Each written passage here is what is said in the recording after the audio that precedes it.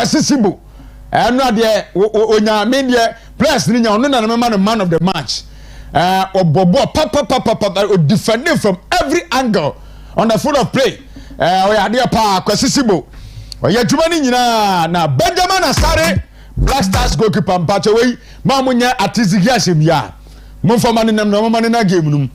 He's a fine player. No flex is a very fantastic. When we the game, with me organize the defensive setup no. So we a good play. We a goalkeeper fantastic. Benjamin Asare. I know ourselves be our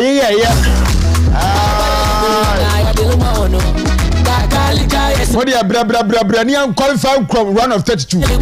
Muba uni Ghana be wo World Cup na so. So that is it. Ala pe yenya one more munim di agoprama so ye no mbedi di nkomo na ya bomu nkomo kakra so ya hese de esitie Ghana mpanufo ni nya anwa nwura mu nya dwane kopie mu US so ekọ hebo ni bi. Is it Chromio Biedi?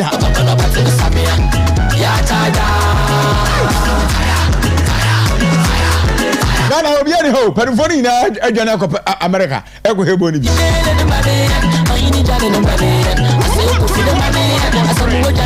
But Enra Dr. Alhaji Muhammad Bawumia. Opani na tu fan kadiama MPP amanyoku no. Okopie mu University of Ghana. TF Hostel, and now Ghana versus England match ni bina. The atmosphere na very charged pa. Dr. Alhaji Muhammad Bawumia Samuel Adoroma my share video ni kakra. Ebra na Dr. Alhaji Muhammad Bawumia na wo University of Ghana TF Hostel na wo bona ni akohoma ewo game ni na enye isi kra. Samuel Adoroma my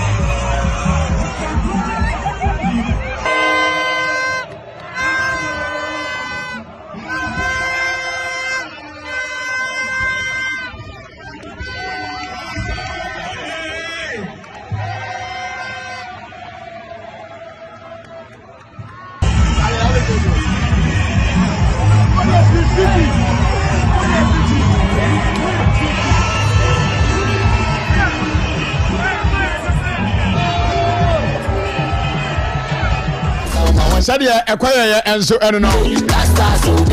Na enye is kra. University of Ghana TF Hostel. Na Dr. Bawumia after the game. When them run boys ne gas no. Melody na nya agro. Na F pa. End of the day Ghana you progress to the next stage of the competition kakra. That will be ending now. Some for sports presenters bebe kromia and Ghana ya wini match ba kokra ye ba lucia match ni nyina ya nkwa hwe e kasa ya akwa no mo kasa kofo mu kan udo mu jira park so kro mu timi ntu mo nan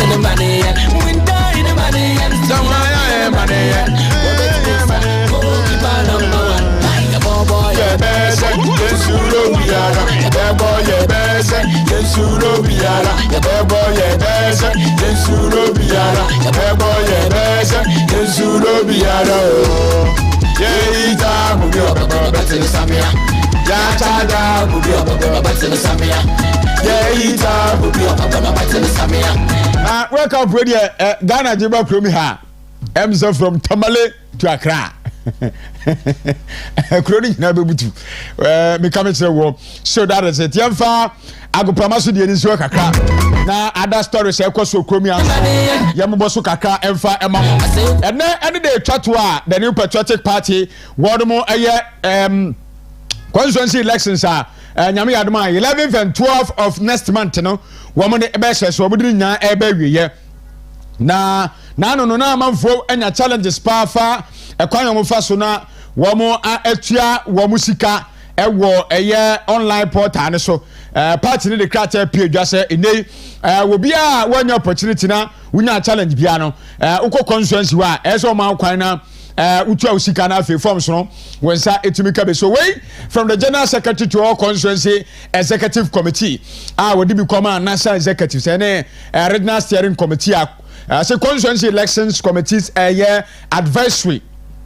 So this is to inform you that due to the heavy traffic on the party's server, the nomination payment platform is currently experiencing delays to ensure a smooth nomination process and ease the pressure on the server.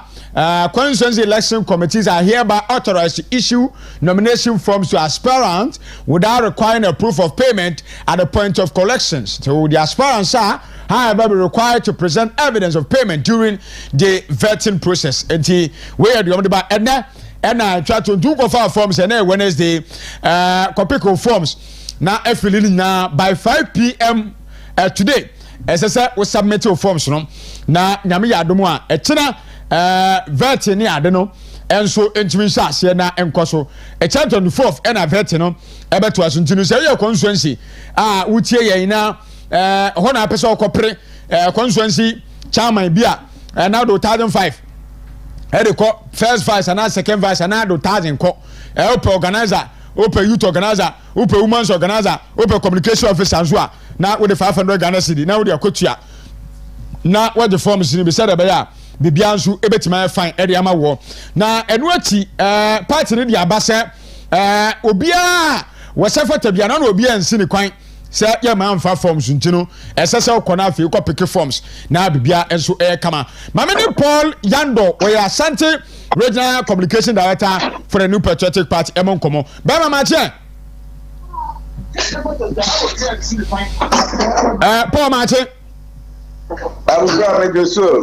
Yere nyamia sepa. Eno Blasters game no nyabi hey. Adam, ye twem yo na da yam hihie nya de te ho a nyami di ho afofie ma. Ko wie se ye. Na se wu ni mbobo. Enti ye ni mbobo ne ye ha. Wo yam hihie so sei. Unu mu ni mbobo a wo yam ba na ba hihie wo. Was game ni ye body na ntem ni bia tibisi. Enti yam hihie so sei. So mbese ya na Dani nyina akuma di akiro ade no ye wo die dia wakuma be di akire but endura no omo ya ade pa anyway omo ya ade good colonial master pa yetima mi omo kon sa be du sa be na we kra enya referee na sisi ye a Kenya penalty kwa akobɔ hyɛ ana referee nya clear card penalty odi na yɛn ba ni nyina ye na Kumasi te say atmosphere obi say na ye wie na almost be 10 p.m. ni ade ba na euphoria na te say in Asante region after the game after the game the celebration enya sem ketwa eja ye minister ya amako hirin se wo kofa TV be see ayi na si o interchange na ai akwa ejiri din be head your watch there na say na no always show a happy Father's Day no so post you wo on Facebook always show I say when they fine let me say be head your watch there so by an achievement any o oh yeah and a man for the nam ho na chese oh ani dey ba Kumasi no na ati di purpose Accra na mo ku hiri ada na yiri no ware no udi ga compare no na wan ti ase ana na wona de twoma so sara David na yiri awaware no a di 4 years awo bi ensawe na yiri krokra mu no wata de ebi ata na dey ube hu ne yo no phone tell bre o dem anyway so that is it but e said the monkania ne yanum munya bi hwai eno ECG for ade o mo ye Bantima kokoso ebu akwa ho nyina yenim ekwan a for to be by yo said ye eno amframa ammo attend bia strike yehu ya se light ye ho nyina ebo ECG de ewrade yesu yehu ho nyina fun behwe etiwa wo ye se wo hye wo dem abehwe de na je se wa na obeti bia hwia amako hine de onzo okofa generators wono anim oninkrofo na suban eti okofa generators ho eti ye hwebo na generators si ho enye easy anyway eji ha na akwa game no Marco, yeah, me contra de ya tule ko buku mi a. Ya bi ko be tuma twa fa. Me contra Debi mi twam wo ho. Wo se wo a prepare ne ho. What did the note see who are there? Wonim de betuma sie. Anyway, there and also at here, I don't know. Your phone is one I share, but another deadline at the constituency elections and what people forms now was submitted so far. When I challenge me and I call that so Obia Koi when your forms are far in the region. You Abu Prah medasi papa na FPP for so the Mamenda or Masi their air cost one so far Ashanti region there efiti edadwoada ene ye sha ase se omo mu pese omo constituency ni nyina ano ye hwe na obi anya ni nomination form oti ase okokra na se we anya bi mpa the general secretary obo ne homode pa JFK why say uko online crowd betimi download bi na won set mi aka form ni bi so media me expect say betimi anya obi a obeka se form no we anya bi na me so media ye de ma me no omu nyina che se omu ha constituency wo na kata omu ahihye omu ho dada na omu nim de obeba ne de omba eti da duada no a na dodo no a sa etimi eka bi ene wukwadai 24th we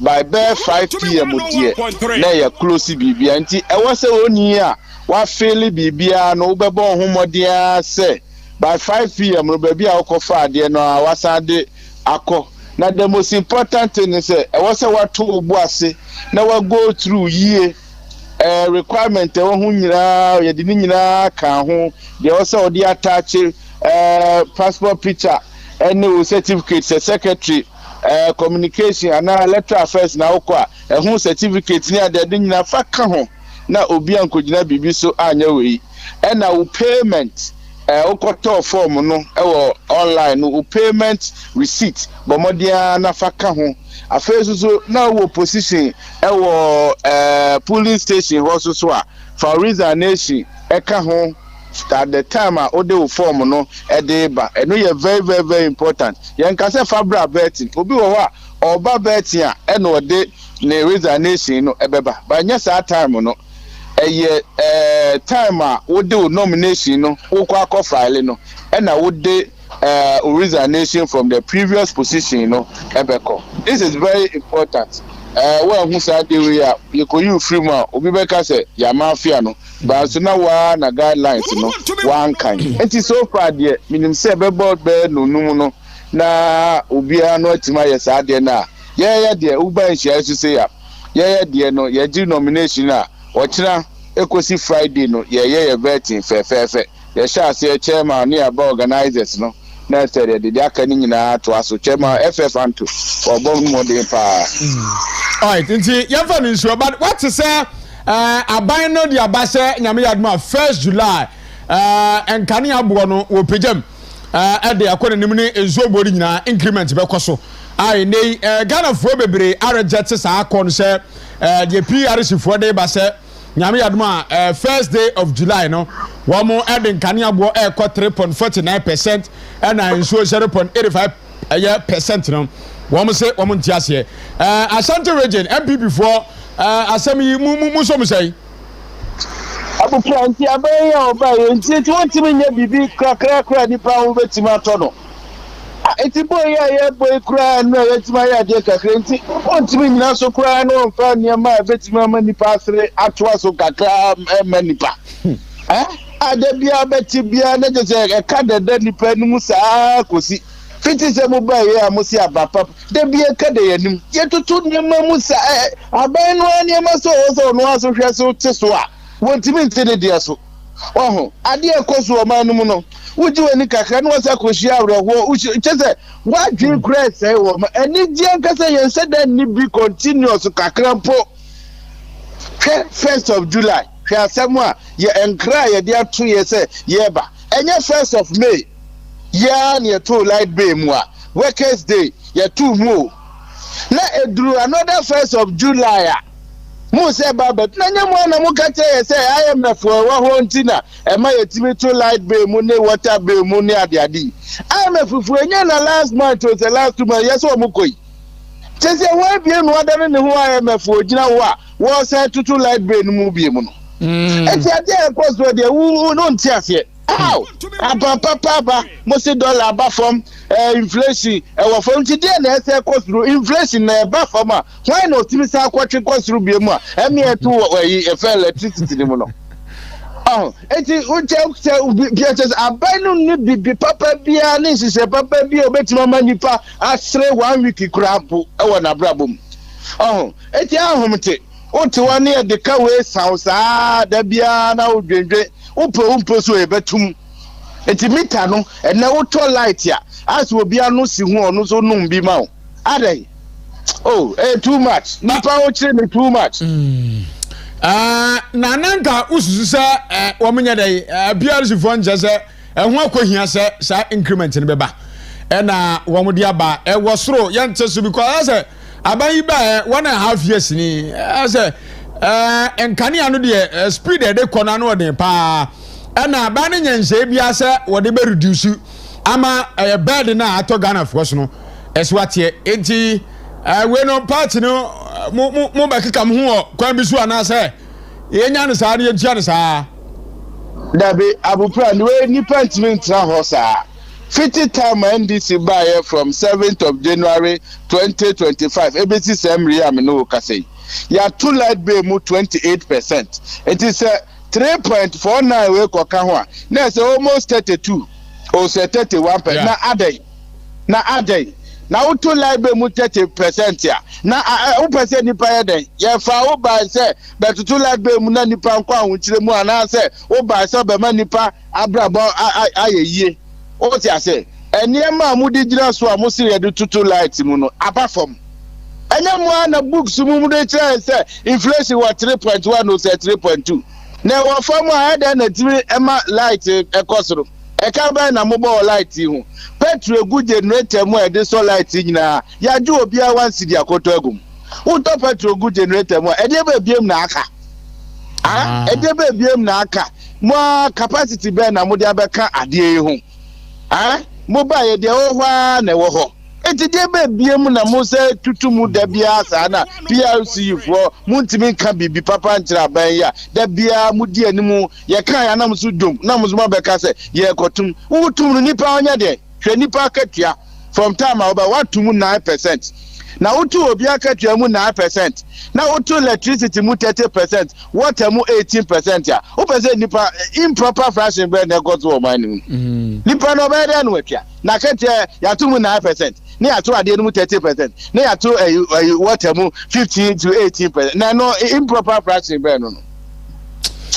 Okay, and Julia Paul yemfa unsia na ya na wasenko yenim kakra bibia nso actually ya adwen ye beba na ye ne wadi nkomo wai made say no bamba we do many penny kura nti 1 week mpo wani di na anochi ade ati na wusu e dey avani ya na se Paul Kwabna yando eye Asante Regional Communication Director for NPP na kodi nkomo dia fa nei tariff increment first July aban no e dey by PSU for the crat page aboye kokose the area na aye nti e dey a increment ne de ebeba so eno nkomo na yedi ewa ha abusuaye ntoso na yedi nkomo kakra enfamfri enfamfa nsemawodo a esisie e Ghana ha na afie hwe nkomo a yebetimi atwetwe e de afiri mu ene anopayi nanbofo mo Central Region kan rawusem bi no mo se ensu a ayiri dia fa amanfo from 19th to 21st June enipa 18 ana awuo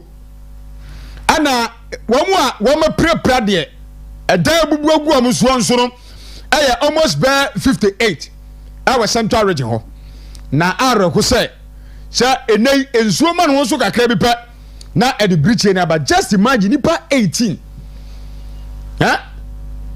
just 19th 20th 21st be 3-4 days na enipa 18 na womo nkwa afri womo nsa ai mu prepare edan a ebubuo nso gu amanfo so nya agro so dan kwonkwonkwo 58 in the central region. Now when me busa say not bofoi enti abanu a say enti yentimi nya hwe fa ho na da bia ye drinks no kwa na ye no ana contractors ni nya ni yi ana ensuo to a entimi fa drinks ni mu nko na je kwa ni nyina fa ye we engineers papa wo krom ha ana amanfo ko school engineering ensuo mu ntwataw ha wo mu koya kwan ensuo to na ensuo ne de kwan ne ko na jiri nyina fa na yiri akofo obi dem wo mu nya layout ni ye ni proper engineer bia Ghana ha engineer papa bai wo mu yi akwan ye engineers papa ba pa na wo mu supervise akwan Ghana ha Ghana kwan ba pa ne ya ne Ghana ensuo to a enyiri kwan no mfa so da ensuo no to a Johnson ma ya ne ade ase fam ko na timi fam nko na bu afa kwan nim ebufa kwan nim a na bu afa so na kwawura obi dem na nonom dan no na bubu dan agu Ghana me atia ye stand bomb so bi bia nkoye ye layers nya papa engineers from ko chiska na omadi yajuma no munya niye no ma ajuma boni at the end of the day na amanfo na ewuwo arewo samu a eda ho eno no nipa 18 central region from 19 up to just to 21st June yeah twam yeah nipa 18 assembly eno so asemu a eda ha no pay menewo eche na sese dia on se apostle kodosafo wo free mu yi ne mai hu manso training tokwa ai bebre na adwasafo ne brother Isa Safo ni nipa nwotwe bi ya grant wo mu bail 500,000 Ghana cedis each 5 billion nipa nwotwe na ya grant wo mu bail ana manfo busa se obi kwa kaseti aban kwa kaseti ajo mama momo tantan ya momo fu a ekoso krom ya aban siri kwa pa no akwache no ya kwa bail kura ya manu bail setie nie obedam sa akwa basa na frustrate no wo bi a wo kwaya assassination anya ye wo bi a wo kokum wo bie na anya ye no woni de ya mani bail 500,000 no abafie mahu sa ya kase injustice akwaso krom ya ka na ya wonchemu so ya ka na ya wonchemu enti asema 500,000 bail ana ya de ama wo mu na ya hwe na yani Isaac Mensa eni nkomo na yani ni nkomo central region okay bema mache yeja openi na so far mami Musa say ena about 5 pm a na MPP forms no a mo de ko nyina no wo mo de eba awieye every 3 days here no kasa ye no monya challenge bi ho obi a fa form so de se na efata ana yo whether say paying mami share workshop a workshop na no pay na me share one so a work to mo radio stations ni na yami adom me yoka say that wara kan in there by 5 pm na your denominations ni na abanawi wo Ghana baby biara December 15 month tuma je same de form scenario was had up yeda was de ubi enya form ni binto na de one form scenario osane the eco constituency office wo na enya form ni bimpo anta mutum apeke bi online na etuuska so online damara na me yoka say forms no wale ba constituency na wopeka enkofo edel forms na oye ku papa bibia so loko kama okay de manya hwehwe enkofo abaji one forms wo wan yusume de in the ayumri and within the day umutum wa submit one forms so na no ye closing day nti obi biara wa take form biara no or the obomo general the umutum wa fe no wa ye ne submission kama dem waze awopeka waze kweka fa ne form no okay in le dem awopeka na botchedo aye adwuma akapembra yeboko process ni na aye bibia da no kan kama okay ya de nyame asa yantie boni bia se menya forms bi de ba ye saba no anu de payment na sanse obia pese otu enti no say pressure kakra ba so na delay but party need to communicate by say obi kura amfa ma you should allow the person man the forms dey mum during vetting time no receipt aba na afia to me feel say na mo ye no meji sa da ma baby da ma ye no fin filmatu o say the national decision ba away intimate na constituency and region na overturn the decision na national what they happen no see them Canada ma there was so much pressure on this platform and the baby and but you know baby got settled and say those are where you waiting now they were able to go through okay and baby are come me da sepa and Black Stars game no Central Region na atmosphere let say unya game no be hey pain I will hook a crown or woman there Ghana or ball ma Ghana GTV be him say baby I want GTV to me my media ina kugu DSTV ho na yarehwe national your television station or back in the tax wo mu na ana war the tax wo na war Ghana national team we bola yentumi hwe wo GTV no ya ro wo papa but he just something there dema apapa summit say the England want to me share hen any competition bia no that hen brands no bo hu modinara ma your son in your drawer baby I hear crazy you can next stage of the competition another year next stage of the competition because one boboni na we are even obi only at 3 points only at the best score no or qualified to join the second round and see yetsi ayenkugu ma in the Ghana Black Stars you qualify or the next stage of the competition. See, okay. Abandon more there. Over me, matches in the Ashe. Even be Ashe on our national television. Okay. And they be able to spare their DSTV. I want to work this Canada for more than what electricity bill me. More than that, you be Nigeria and the Mega and area. Mirase pa busamene Isaac Mensa Blankson na komo o konfifi mantemo ye regional communication director for the New Patriotic Party na nsem ofiri ho ba no ye de no abum nkomo enso ewa ha enne anopei ntino esese ye nyina de ehuhwemu bi na ye boa na ye kasa se de be ya opportunities be ba na matches no aka nyina no manfo benya access na omonya opportunity enso ahwebi enti na meka adwo asafo ne brother no ho asem se belia ye de ama wo no 500,000 Ghana cedi each ye de ama wo mo ho amembo na ye ka se ndisi fo bu se omota 10 before no we di adanse preko pese politics ana mo ye ho court no anu a adanta hehe court ho no the same thing judge no wote wa okwa you so ama bail no wagina obey kwesem 2 weeks wagina obey chasa politics omo ye eti abro na kasa judge no we political judge we say no ko apai and of course he is a political judge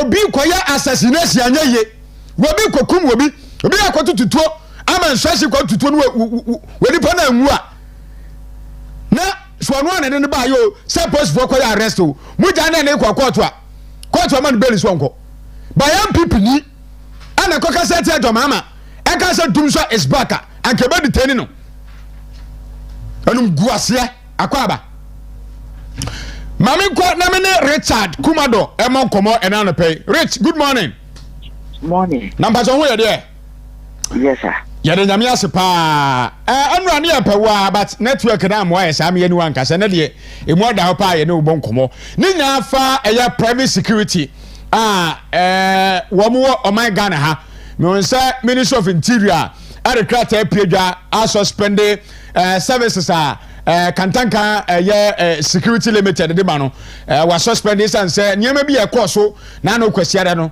ye nyina nimsem a etuo pa ne akode a ekura wo mo na no hye na boy kakra say ye obi private security a emra wo krom ha no ma no ho kwan say okura tuo ene sa akode no a ye ko retrieve ye wo akofona ni fie ana ehun sam to say private security generally they are prohibited or move from carrying firearms in the discharge of their duties. Now, seba an occasion person use firearm, it has to be Papa Police and I say Minister of Interior say more permission, any authorization. But generally speaking, more can say use firearms. And till share letter now about issue ni see police for your investigation within the 24 hours. We investigation recommendation the coma minister and a minister HR crata into that regard. What the investigators found out said they breached the 3 layers. One, they were having guns without licensing. 2, they were using guns for their work. And then number 3, the uniform has a problem. And then number 4, the operational outlook and CASA. And these are the compliance issues. You find the suspending on my license. No case me out say yenye vigilance ni ade okroma wa kan sa ba yenye proactive ne ense yenye proactive ni ade. Enti sa asem wo ye nsi a interior ministry no person mo kire say no mo nim niam wo ekoso ewo especially wo de efa kantanka die na haba no mo nim services o mo render ne de o mo ye ewo ho until say issue by surface online e mo ko hu sa niam we na na. No, say interior na call ya Papa Police na call ya. It is a still an almost the other Minister of Interior. You see, so the security arrangement me can musimu baba chini. Me can. One is so babecho. Me can. Then you people put my picture there. Then you be insulting me. Me can't. Now, cause you see, black people, you have issues. You see, okay. Fast forward. Look at this. You have gun amnesty now. Is that not it? Yeah. Then you know, the Minister of the Interior is supposed to address the nation and tell us what we did. At the end of the day, he revoked everybody's license.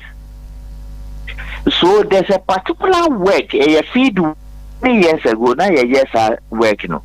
These days I don't want to do it again, and I don't intend to say me. And then one say you gun amnesty within the city of Accra. And your guns require a man for war, but Amoria. The total number of guns and ammunition is easy. There are some key things I say, so they don't know, and they didn't know until Papa Police for investigation we play. 4,038 unregistered firearms were surrendered at the end of the gun amnesty program. Over 4,000 unregistered firearms. Rich. No, not the estimate near 1.2 million, and at the end of the day, they were able to pick out just 4,000. Okay, and you call you see amount for register two. Then yesterday, out of the blue, you cancel the license. So if it is a renewal process, a 1 year period, and then I am control in advance, say next year, and I said December, license will now be the year renewal, the ABCD account. But now that you cancel the license, you didn't suspend it, you cancel it. 21 if you know your illegal element. And it's a Papa Police call now he is processing an illegal element in his house, a major offense. Now we have not opened the portal immediately for people to register.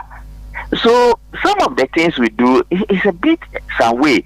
But then again, if the Minister of the Interior want to succeed, then 4 things must be in place. Meaning, 1, you be here nationwide procedure in terms of gun ownership and gun registration. Okay. Then number 2, more guns in business as a legitimate business.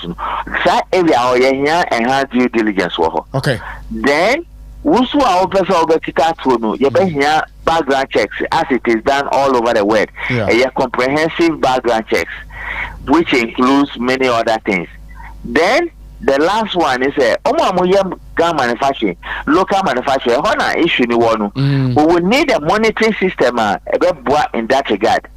Then last one, your public education. And a public education in a no power you and I. So no, you be more for free. But this other four now, they have to make sure say it's in place.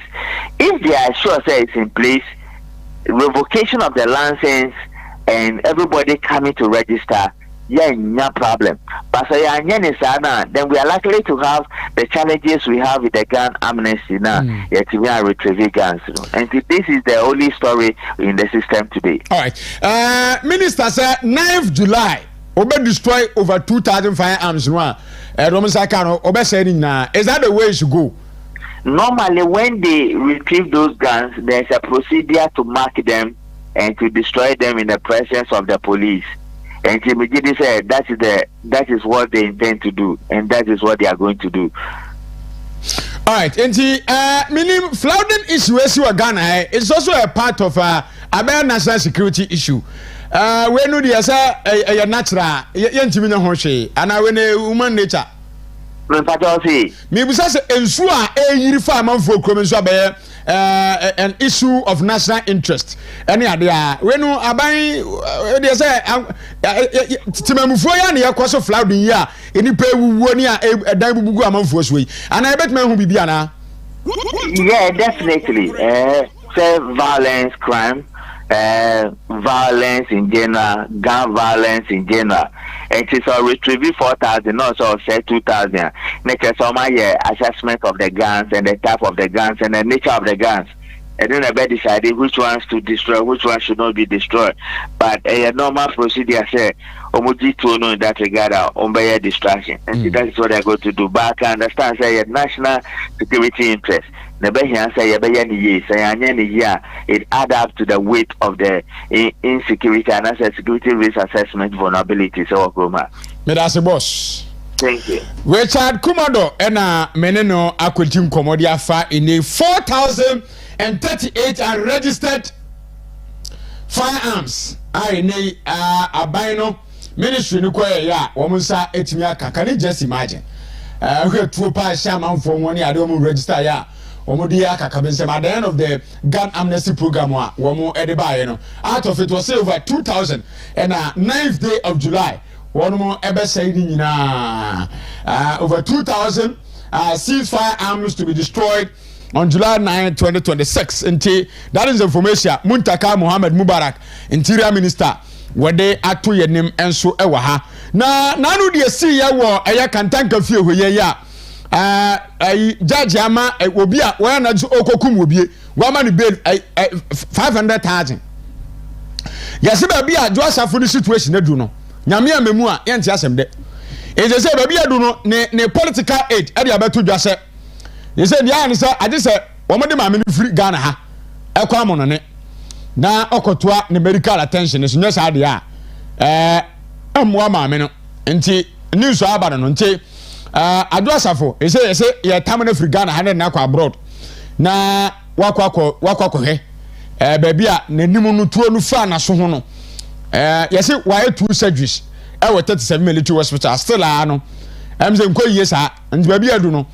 Esese ye fa no Dr. Emmanuel Waibuachi awoye ne special assistant no de atudwa se ese address of baby an situation edu no otra Ghana ha ya ha ne anti asem de nti yentam no nko amono ne na yenkoto ano heli so nti de no so aba anopai enso ene no na unim ade a apostle kwa ya manfo nwan se wamukọ eya Israel ko Joseph ni fie no omo recover 120 rounds of 9mm ammunition, 9mm ammunition, 50 rounds of 45 caliber ammunition, 25 rounds of 40 caliber ammunition, loaded magazines. Now me see if you know omo kwa ko ho na.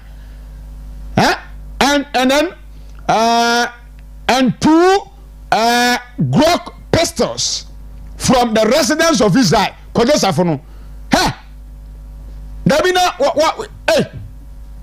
Now commando, I mine one Schwarzenegger no omu action movie no ni fie saa nneɛma wɔ atu akodie wɔ yɛwɔ kɔ hu wɔn fie wɔn acting movie no or acting action movie no wɔn movie no saa akodie wɔ nipa baako fo yɛbɛkɔ kɔ hu saa akodie wɔ ni fie adai na yɛmi na ehu saa akodie wɔ fie a kani sɛ bɛte yɛ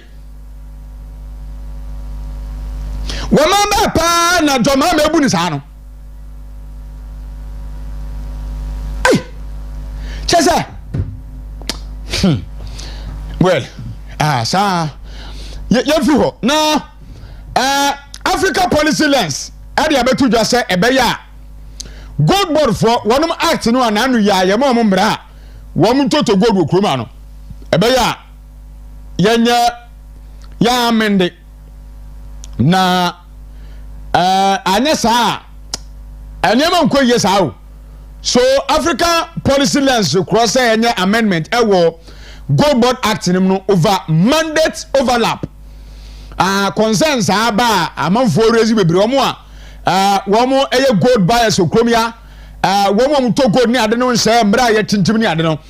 People are raising serious concerns say be ya amendment bi wo ha berifo nyamfa ho na amua wono gold dwadi a yedie Ghana hana bibia nya fan yenya APL for no a ye no bedi nkomo na yatemu enso ade amamo na ye hu ba bi a ebekwa kosie na ye nya ntia se rent control department wo bi a do da ma han edan han hu nkomodi anyina no eda rent control for abem isa beto da se wo mo a task force beginning a nationwide crackdown on illegal rent charges. They say, one more do a dying. Emma high our Ghana ha. So was Toby, now they ma high. So was Tabby, now they ma high. So what David, now they ma high. I'm on for the brain involving illegalities. Womu pa. Chargia, one more charger among fono. I know shit. A quite first Jisicano, a more rem. It is a rent control for one at the task force across the country.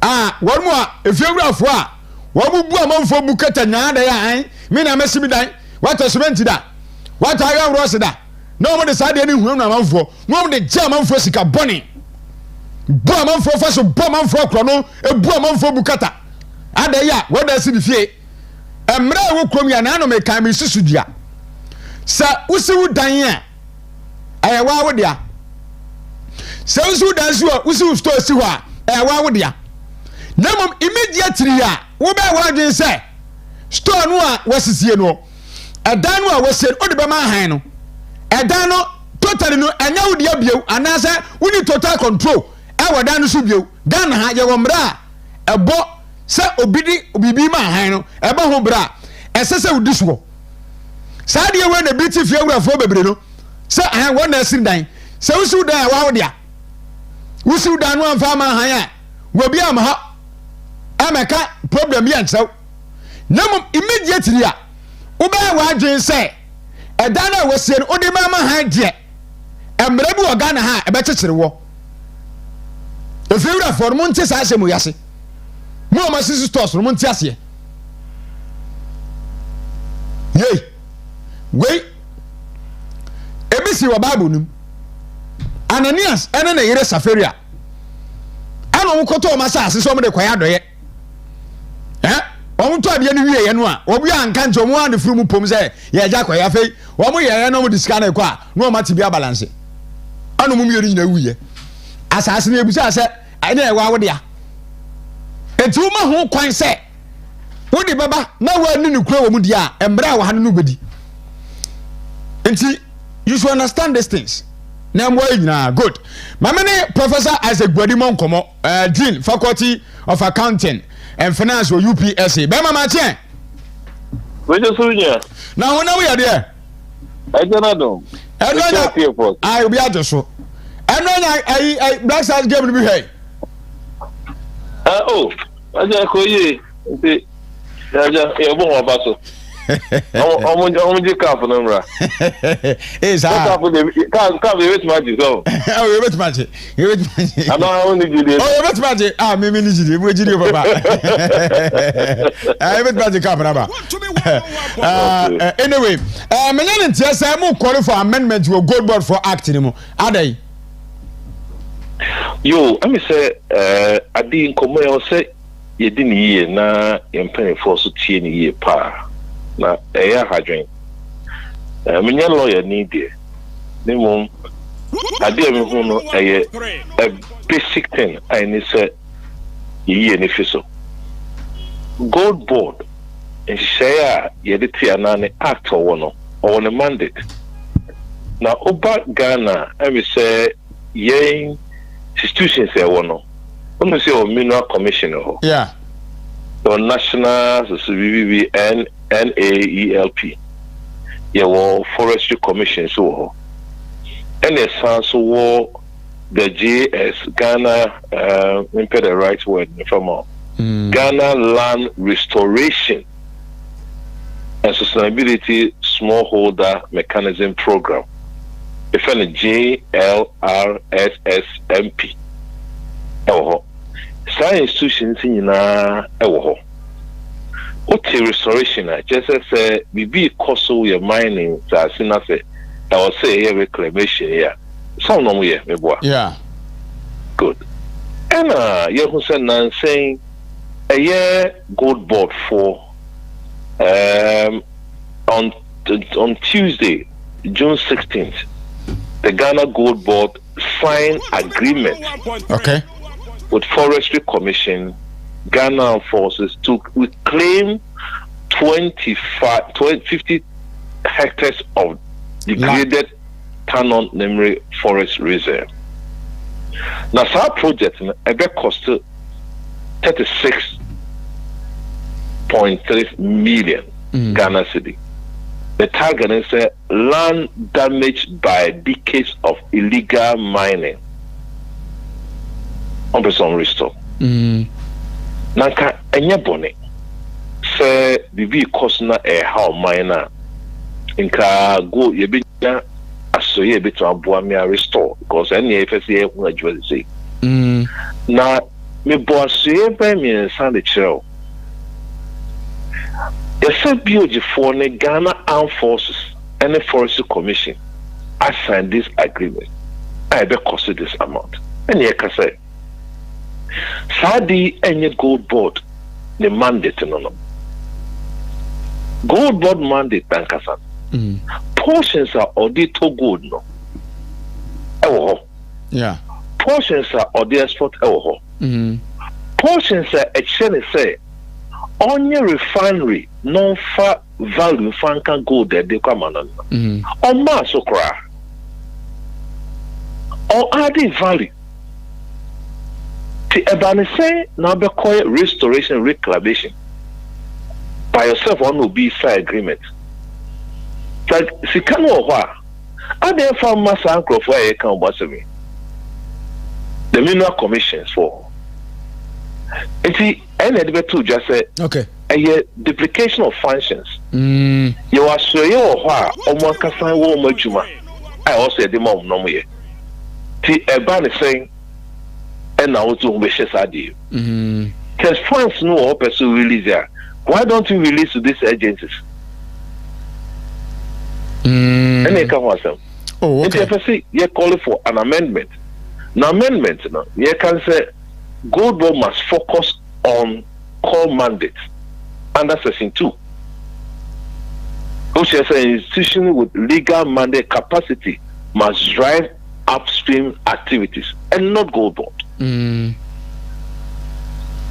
Anyway, enti minim call ya mo de be yentie shey ampen fo be ye dia fa na ebetimi abo because me last week or so and I'm in the class I news so na amamfo bere really be so there kwa be so dem say Gold Board for fa be say o mo twa huge sums of money e de kwa sa de na we kwa bi on be fa so kwa de kope so mutufu magude e na de kope go no ma sase mafo raise a lot of concerns was news no a e ba wonti mu de manu atumu bie ye hwe de e be kwa wie na ye hu se de sitie amanfo akeka na no mu de survey bi by say ye ne Dr. Hefari Akokra kasa enra efa 49% before the New Patriotic Party ahead of say mupu amoye efa election ho no wadaruma commentaries ya titi bebre amanfo aka bebre ebiso wo mo ne mo ya adwen ebiso wo dabi we de ye ne mo ya adwen ye ya to aba na nya sa na be kone mo atiti bi na mo reactions ne say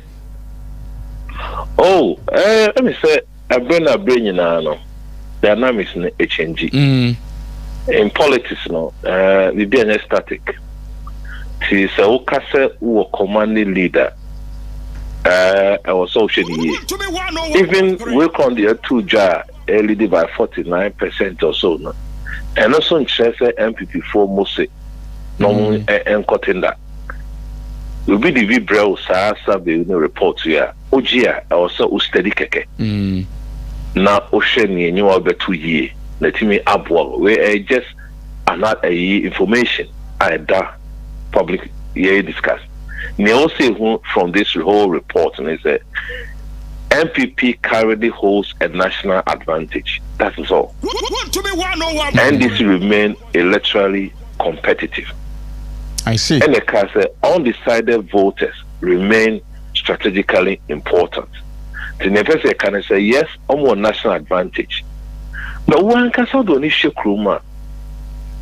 A party what ba say see a full report on the by yeah. There's a drop of the confidence level. Aban bia ba aya na ohun ya kono. Enti sa ban no e ma America crime out enti meji kata be to just say akona ne ho ye microphone aban fan take a decision ebe bo man no. The goodwill no must be used well. Take bold decisions. So when you are take bold because the better even now when you are from microphone. It's when you see that time now, you see, say within the last 2 years, sign you now a drop it buffalo. A drop it buffalo. Now, Oshe Chrome, Oshe Kasa, Oshe social media, and natural what is happening. Now, never can say the other side, which is the opposition party, should not so almost now okay.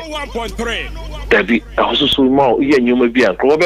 Who opposition now? The obey say obey your man, obey Kai. Your testimony by just or in your man, the obey Crofacon. It's a new way now see a shady dynamics. Now bring that in and I'll see yes me twice as a so. Yeah. Get the report about now I hear a pointer. Now my boy mine I won't say never because within 2 years, I buy will last 2 budget. I got 2 budget cycles, right? 4-year mandate. I got 2 already 2 Nico. Or your next budget we November so yeah. I got 1. I buy a person very major project in the country. No, you can't rely on just 1-2 cycle budget to do it. So we have a problem. Okay, my phone is one kakra bi. Yatisa 1st July abanu be increase electricity. Tariff will be pejam ni ensuo ebo nso be pejam. Omo say na IMF conditionality nti na ma yes ade ni bie. You say omo say IST. So we no so free. When you share manifesto by na all bad out. Now the 2 year course you see a complete departure. Yeah, because you be one of the politics no sheni. Also better titi nyoma nyina so mai. And the increment even. So IMF conditionalities are buying. You film. The film near casa or structural reforms major project better ma ye kuma high ye movie. Utility prices up. Transportation up, rent up, the cost of living on the Ghanaian. See, offer sense and I can say near Koso and war. Your friend is saying Israel and then Tokoi and also it's also Ebony. but abana be catch say sad na isi won eni so bia also o be kai pa ezi I didn't say no ye fa I know the one I dey am because we all get confused yes the name sorry abana so na show sir obi o no cho so na wo solution bi afabre wetin one of it okay. Okay. That's what I want to be.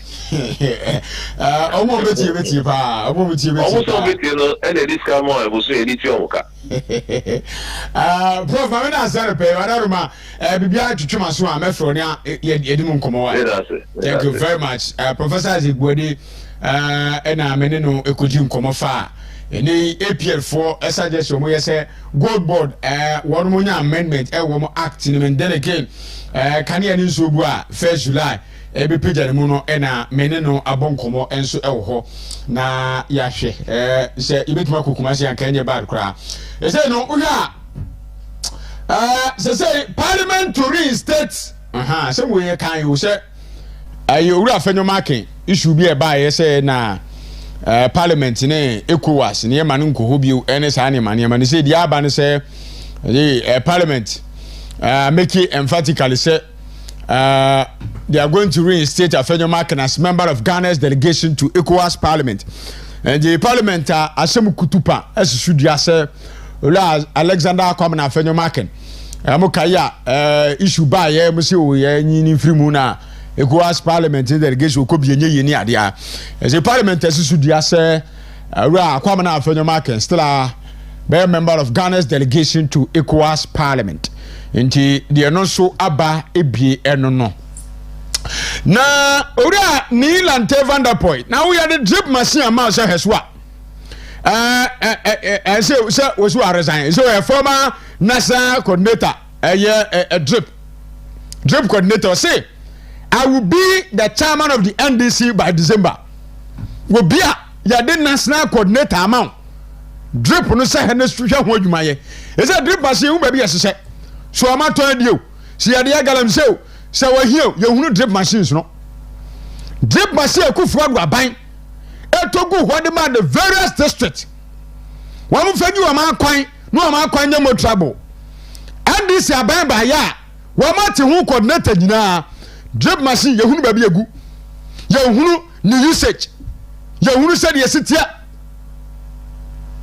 na papa no anu coordinator dan waresign waso akopa NDC chairman edi one that TV ne so no Lante Vanderpoint waka hinem so say one bedi aseri gatia de enti by December oba chairman anu eja adwuma aban de aseri we that ho say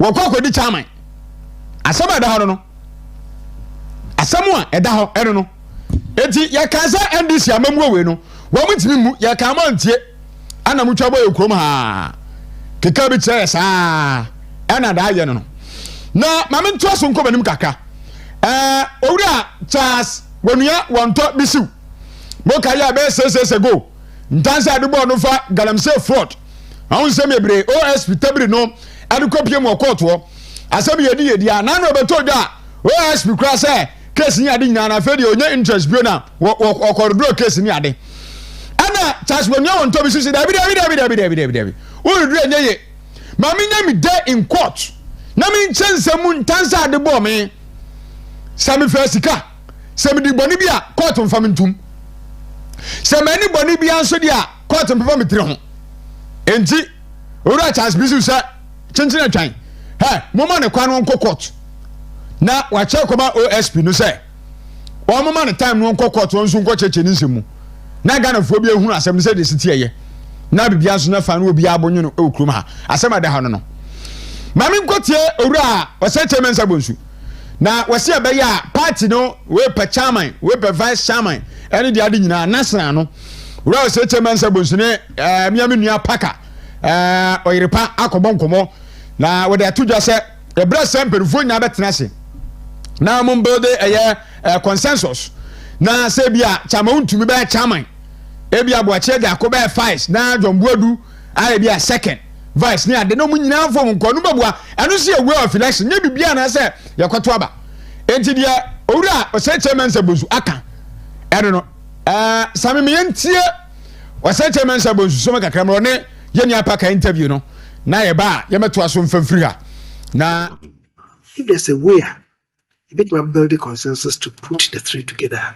Oh, and then you say the chairman they about no, but to put the three together. Say the leader, I can say leader, say leadership. The leadership includes the chairman, the first vice chairman, the second vice, the third vice chairman. What you say? Is there a possibility of getting them together? Now I am building consensus. This becomes this one is the chairman, this is the first vice, the second vice. Can we do that? If we can do that, can make them give say a quarter to a and to the video no so me call and so na me ne me amenia Kofi Tonto en komo political aid fancy di Maria mom okay mama ko na me ne fancy di Maria e mon komo head of sports want to be multimedia e mon komo anope emra be mama tie Abu mejo so menim say no dia na wani age pa mu say awia anope awia no wani ambre analysis church when you are no I don't know the day I don't know the day no Ghana and England take I will be answer Oh, Abu, first of all, Medasina, Mama, what's it for ne? So very good morning. And back to your question, and Yamme 1 because say Obi or monitor show to be a follow media do want to multimedia. So I'm say, but the car before game against Panama say in group no.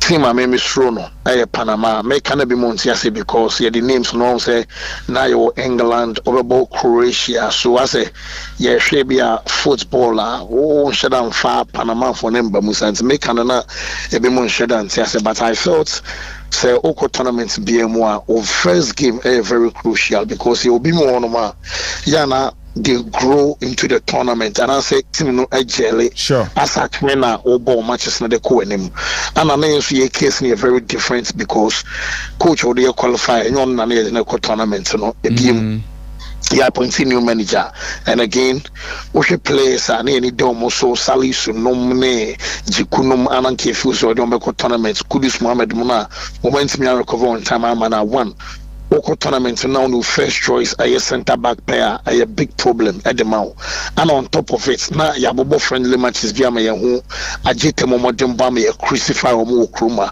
so mo nyade so ababeto agite ne Jerome Poku ntu ka sane ma we nyina de bom o free boys no virtually be mo World Cup at the last tournament e koye na o che omo make omo debut and also me debutant and so tournament we not cancer factors nyina boma na me for say yebebre not to talk of say friendly matches are be more ball Panama ball Brazil more ball almost more than 3 games Ghana ball only against Wolves that was gamer me fan say Carlos Queiroz ana edi coach yana so the coach that game so you fan say Queiroz as a coach about just 1 game say uputu sanu many nyina boma then it tells you tournament na ye komono none that's win ho so your first game no na be very crucial no and the best stepping stone and as the best pay into your second game then probably into a third game into na me feel say a Panama game near very difficult as compared to that of England there no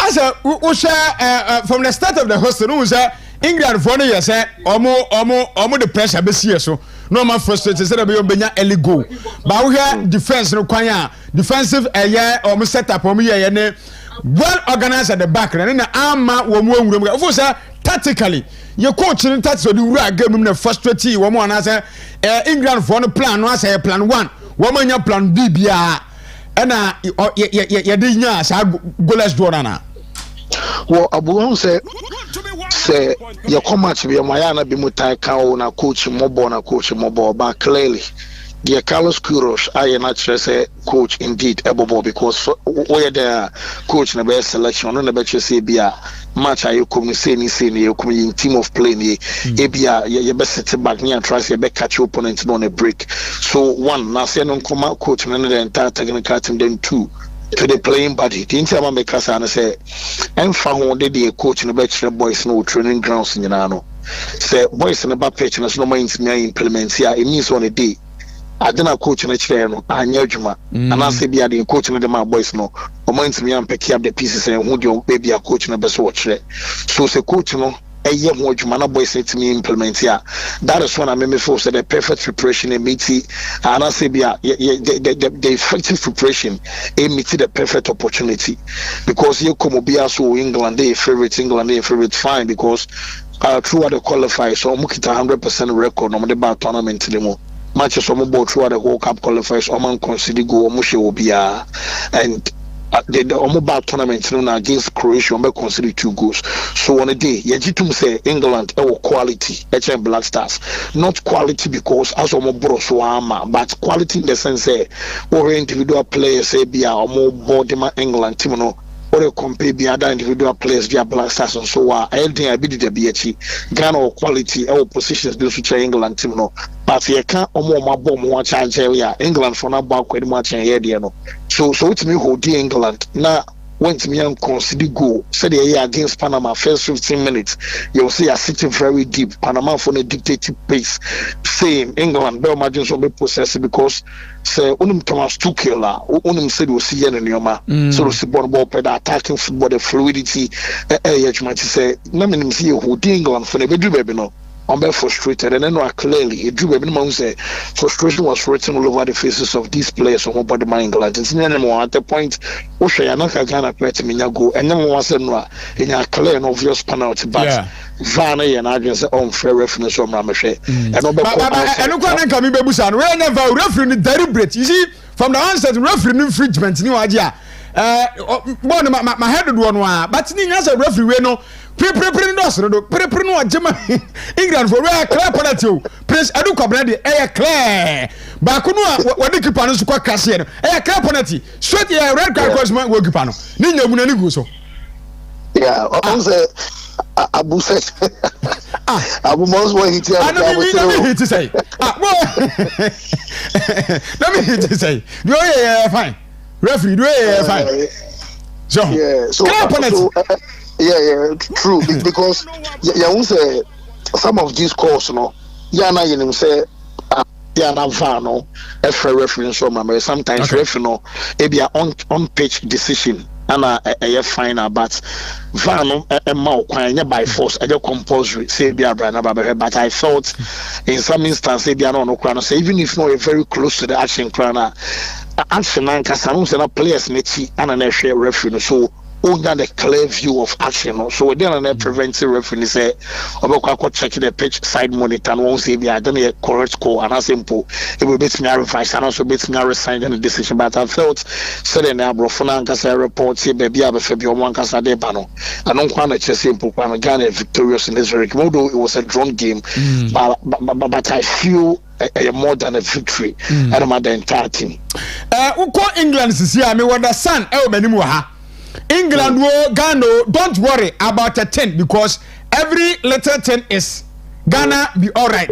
The sign yaba. Miron should yaba. We are Ghana. Have to do it the hard way. Once again. Anna mirror, a daily mirror, Ediaba. Daily telegram should yaba. You are captain. The opposite will go be Hurricane. When the second was mama. Just a Daily Star. And so the Boston, say it is the Boston strugglers, and what they Hurricane about. When we coach in the good welcome. Daily Express, and so sounds the about. Chile Lions hard to frustrating draw. Daily Express, so the about. Just Daily Mail, and so the about. Lions tamed. And so the about. The Times, and so the about. Just say on and on. Daily say what England in there. Omo Bogana baso pass ya de. Well your next game you Croatia. Game no so be Croatia.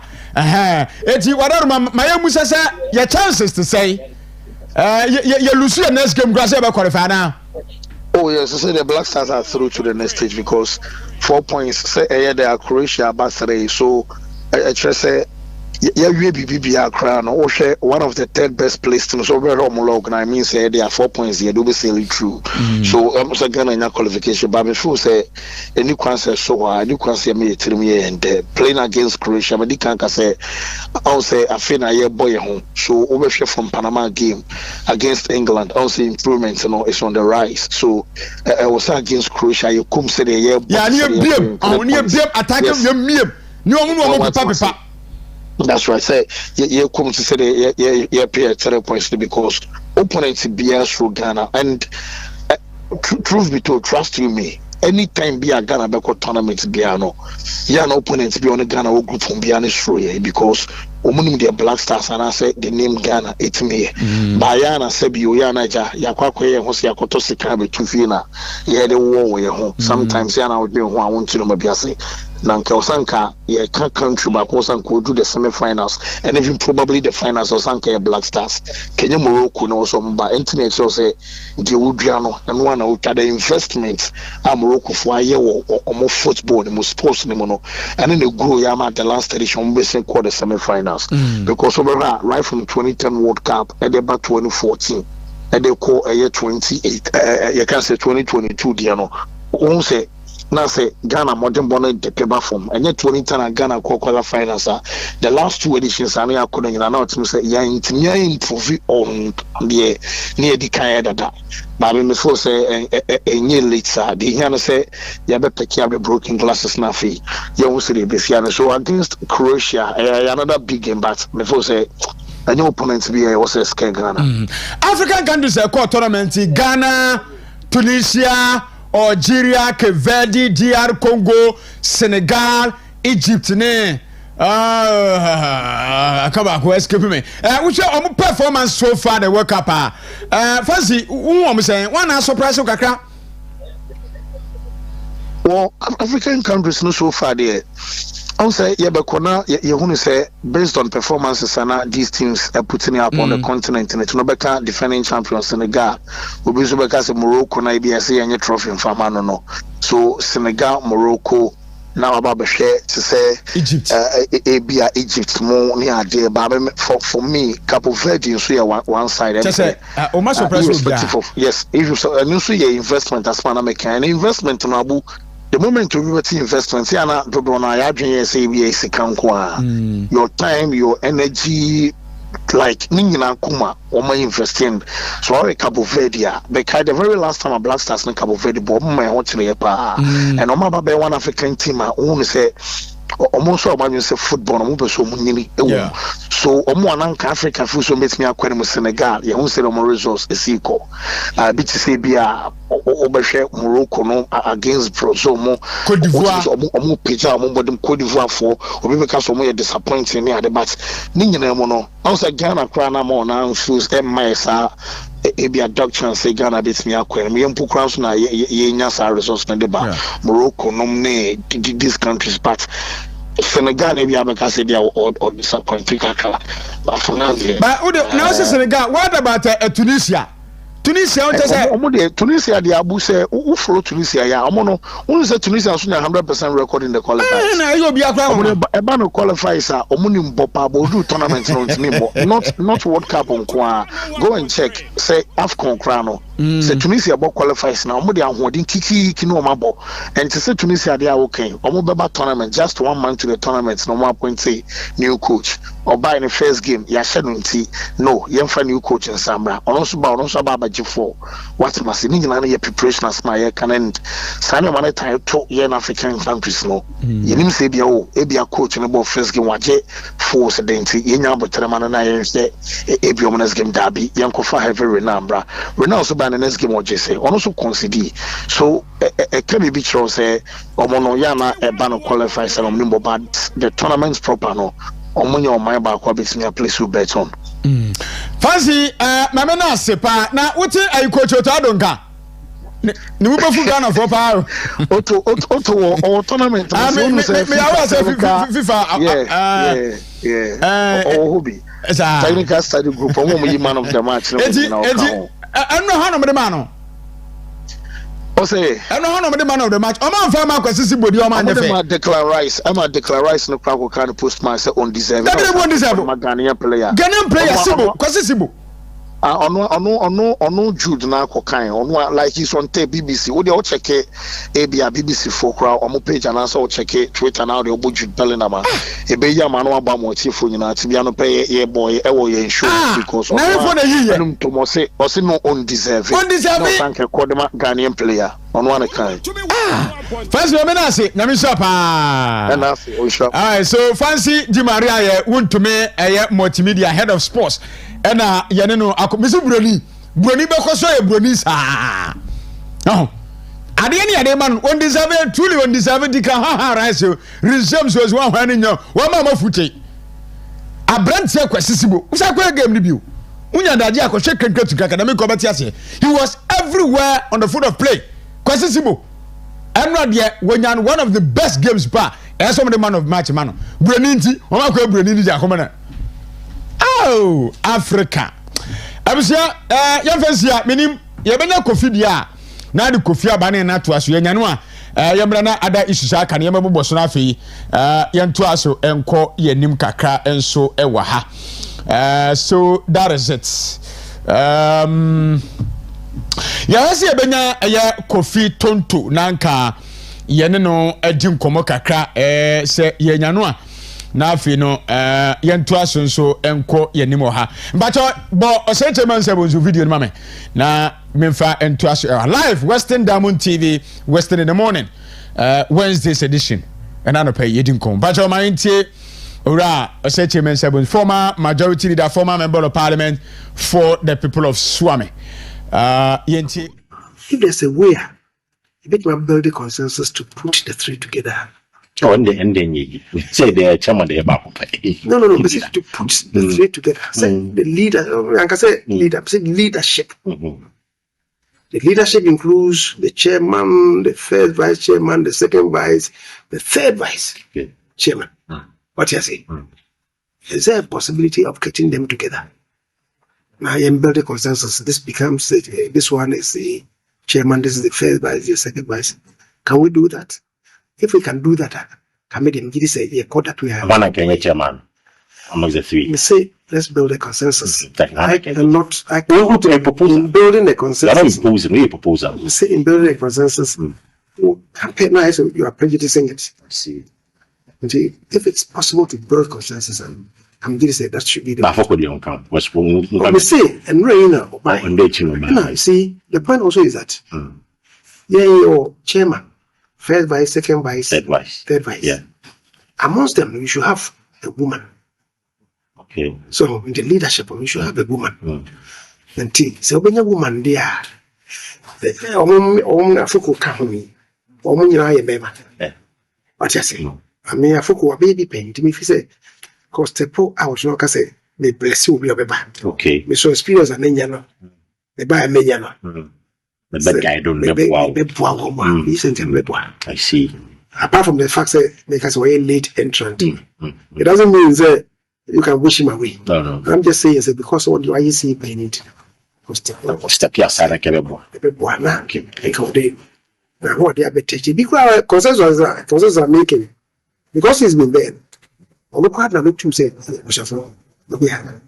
Nkoma honorable say chairman Sabunsu ne paka ekudi yesebe ya muntrans na George we nya chairman we nya vice yenko enye de bia na beto aba na ade na rewo sam no say Portugal na nkenim so beto from group Colombia from nowhere edikan 6 points Portugal toso minu 4 points DR Congo 1 point na fe Azerbaijan wo mo de twa to okra no a Portugal for some 5 and say no abna o prediction be mu na my prediction na mem o kan say me ka say Ghana be shep 1 nti am mem na if you on a predict here be mu say I remember so my prediction you remember yeah I remember our evidence I remember because he said that nti who evidence me dey want to say me kan say sanya meti na me kan yo enti me so evidence say otrema e kan say ye nhye bi e be ye draw na emum last minute no ana obi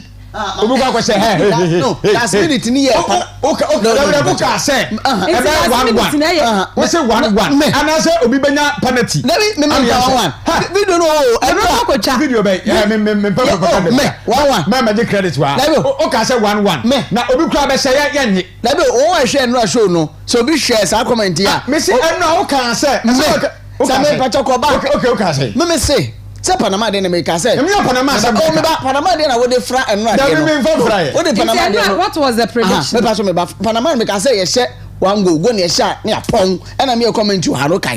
Nti anu me ka anu anya anu mpo asem me din ka kra dey na say no me say aka no discussion no say. E be 0-0 bi an show bia. But it's either say Ghana be hye ba ko ana say kofo no be hye ba ko but referee no onje but it is 0-0. Asam kan anu nim say anu asase me see here on say difo na yakopɔ kasa kyɛ yam kasa kyɛ no me ba difo bi na yakopɔ kasa kyɛ o ɛna be say usu je difo afere no me ba me say yakopɔ kasa kyɛ verbatim o ɔbɛka kyerɛ o but you see make kyerɛ say Ghana be hye anankɔfo no be hye back but referee no onje what was the 0-0 nkom hye we die ase but see here ada say nkrɔfo no ba prediction die usa na me kana prediction yo kan papa ka story bi kyerɛ me ɔse papa bi na ne yere fa efuro no ɔkɔ so ɔkɔbisa ade ɔkɔbisa so ne yere no ɛda no ɔbɛwo okoye akonfo ne se wan wo oba oba be ma enu bi na ye no mama dem me fuck I say my 1 month leave because the prediction of 1 month adena team no na prediction and say no me say 0-0 oska me dance ni yaro me dance ni sami me dance o me dance for yaro he for dance no me dey ka predict am mo da o prediction me mo de so mu ntwa bet no enya no na make meka enu asem enu ba na make o se obi abehye o se 1-1 mankada ana o se last minute no manka 1-1 o se obi a enhye bi na ida say no eya ye ana say England be sha yanye ana say Ghana so be sha yanye but the end be 0-0 we dey me commissioner me kasa ya na don ko na say o bi video no was am ko back onko twa nra de ni me ma de me kan no unim sa wo ba ahomache na jo frefre bi nya na nko akotwa ngasa wo de we evidence ba music me say bono sami me de say me say bono na sami na nya but anko ma show me bebre nya hanko ma show me bebre oh yeah get because me spring rose be 20 e get bo me kwa kwade din ne ya e wo one a town where get between spring rose ne nyamanama me ka chense man bia na me ne ticket me ka chense wo Ghana bia nhye be 0-0 me na mi sa so edwuma Air Force na me say ma ba ju atade na hye no o ka chense Ghana e be share 6 na me say me tiase yi ayakupo ya kire mi 0-0 but me san ka se mi ta no so asafo a ka se no be si ha na ni anja no man for we are mo say asantifo na anode man of God as me come dey say bro me ka say 0-0 na 0-0 no o san go for frɛ omo wa oh apani abreba to phone ni e pick a course no me because I know what I said yakupo ya kire mi o me say 0-0 but yet ni say Ghana ananko foninga no obi be hye ba ko but referee onje and so sia no a pana say anye okay penalty so no say kai say penalty cause say no say ye na say penalty it be say no na me catch inti onje you see on say commission na ko ba no ahati me say my way me say ka we adifo ya be ya mo man commission ewie ya komendo inti no de ntia commission na be mu ni say referee no onji because yenya penalty clear penalty amon dem okro kasa abrofo no kwa ka on platform so say na penalty but referee na nje and from the start of the program no referee details and commission no mo say I dey say Ghana be sheba kwa na ko fun be sheba but referee nje but born na kasa de ewie na 0-0 asa me kan wa hano no and hu me say yakopon ni obeye no say esa so o cheating ya no wi aye ni no ekofo no so nya go bi aga so mo hye o boy na the ball pono and ba no everything no it is from and clean commission no and ra clean commission obia masha ko ache ne bia no o fre show you so ne many bro cause and commission na kupon ne ma me no wa na on fun asamba ko pa wa kama na na o yesi na bi mienu ara ko mienu pe Panama me say Panama e be so mo ba ko ya wi ya pon abramwa I don't kai and me asa start Mr. Tin commission we you know match Mr. Tin Sunday last week Sunday na me share comment say ya kupon ya che mo na ma hwe mahwɛ bɔ no sunsun wiase ɛne ɛbi nyɛ ɔhɛ sɛ wo na ka wo predict sɛ 2016 election John Mama benya 44%, na Kufori benya 53%. Yɛn ne nkɛbɛ sɛ ɔmahama yɛ awɛ ɛna this for yɛ awɛ sɛ menim going this for me no mo koma but sɛ mahama ɔnya 45% mpo I said in 2016 45% ɔnya na ma we menim sɛ anyway sɛ Dr. Mahmoud Bawumia America just benya 4 million. I have 4 million so 2024 election. I said it. It's on record. I'm going to tell you. Evidence. That's it. Evidence, bra. I'm saying. Enra match no.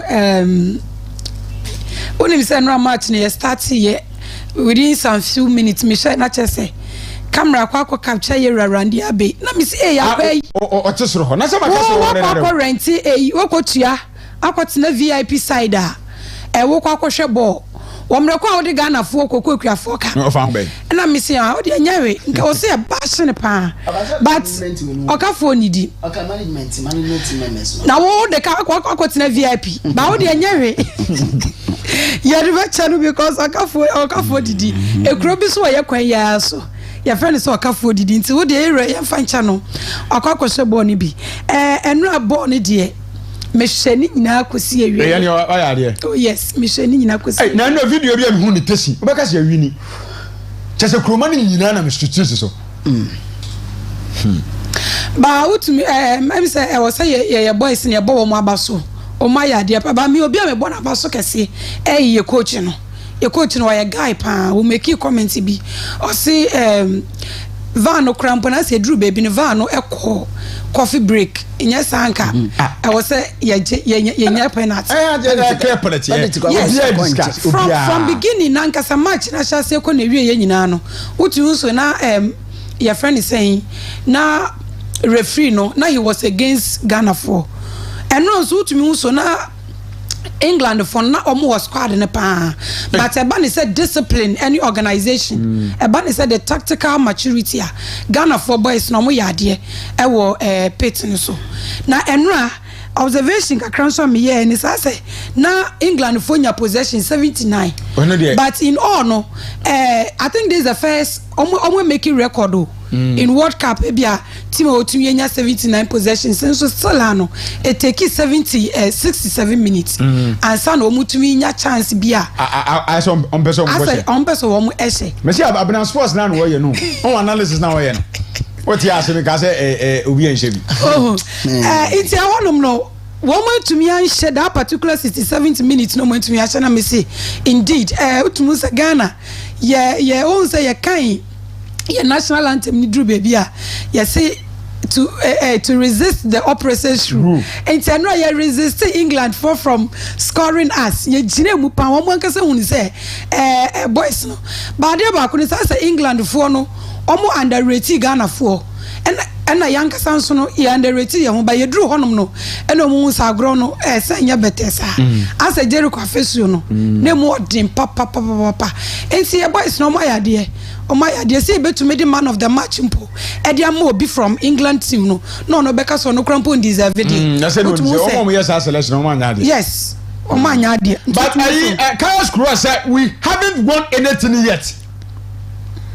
Eyes 116 after England point was he enya mo hiu ni awie ni akọ ran 32 na 116 no and be hu the red Ghana na ko chiri wa madi anke wo go to ado anko obelempe e touchline ho no wi wa chief Messi I was say sanso friend biem otu ado I was say a friend ba na sansa aka ni biem na so no more because we that's a scratch say what you say we have the men our players are competent we are competent enough for betu ya adwuma no anyway but as a coach no so as a Ghana sunsum kakra wo o true shade but o true ni in was England for no ekura 3 lions yes ekura 33 lions it's your boys ne yade ne me kan no your boys ne yade pa abna me ba yenka minim se kaka sa me kwa be capture mechi Philadelphia no mechi o and me ban say and enye kase ne kan bebre wana no me gina no so asama me kan no da ho obi an konko hebi na me beja wo sinia ne be ka bia me kom shana me kan da ho play mo bia ngaze nti Ghana any Croatia how na be say me say 1-0 yes Croatia 1-0 pe and no kwa 75th minute nim and e be share sa goal o san kwa me kan me dey sisu pi. So African teams and their points so far: Ghana 4 points, Morocco 4 points, Egypt 4 points, Algeria 3 points, Ivory Coast 3 points, Cape Verde 2 points, Dr. Congo 1 point, South Africa 1 point. One say me nyanse bia and then so man say there wo Senegal. Senegal mo ni point bia. No bia ni no Ghana. 4 points so far. Ne Morocco and Egypt now with the same points. Some that's a pa na sa Cape Verde for no. I'm ready to change the time. We are the pa South Africa. Anyway, so a number board there. A number board on last round of match na fe. You me be question. To ask mama na you hear that story no. Me run komonim na mami chia me papa Steven Adumi Chedua, the voice of God. Na me wura mu say enne ya say ye beto enkane abuo mani nsuo buo mu. First. Ma yen say beto mu. But me fan enkane aside no. Ye ne enim say enkane so is either say the light crude and I say ye dey bia gas and the be power. Na me fan crude side no, that is fuel side na the power some of our terminals no. Na make so mampini John Dramani Mahama say you we are Ghana for. Yes, we are pa na and waiting so san ka kire so beto nkane buom. Meanwhile, o strategy e one city dum so levy say. Na dwumadi e ba bedi ni say o de ba betua 1 legacy debt. E ka bia de the whole energy sector no. Then 2 energy shortfall levies o de betua ya ka bia no so still na yakọ enimu no. E ka bia bobo no o de betua e na kada da bi so e da no de bi ba betua. Say be betumi amaye enyinam kane e begina na so.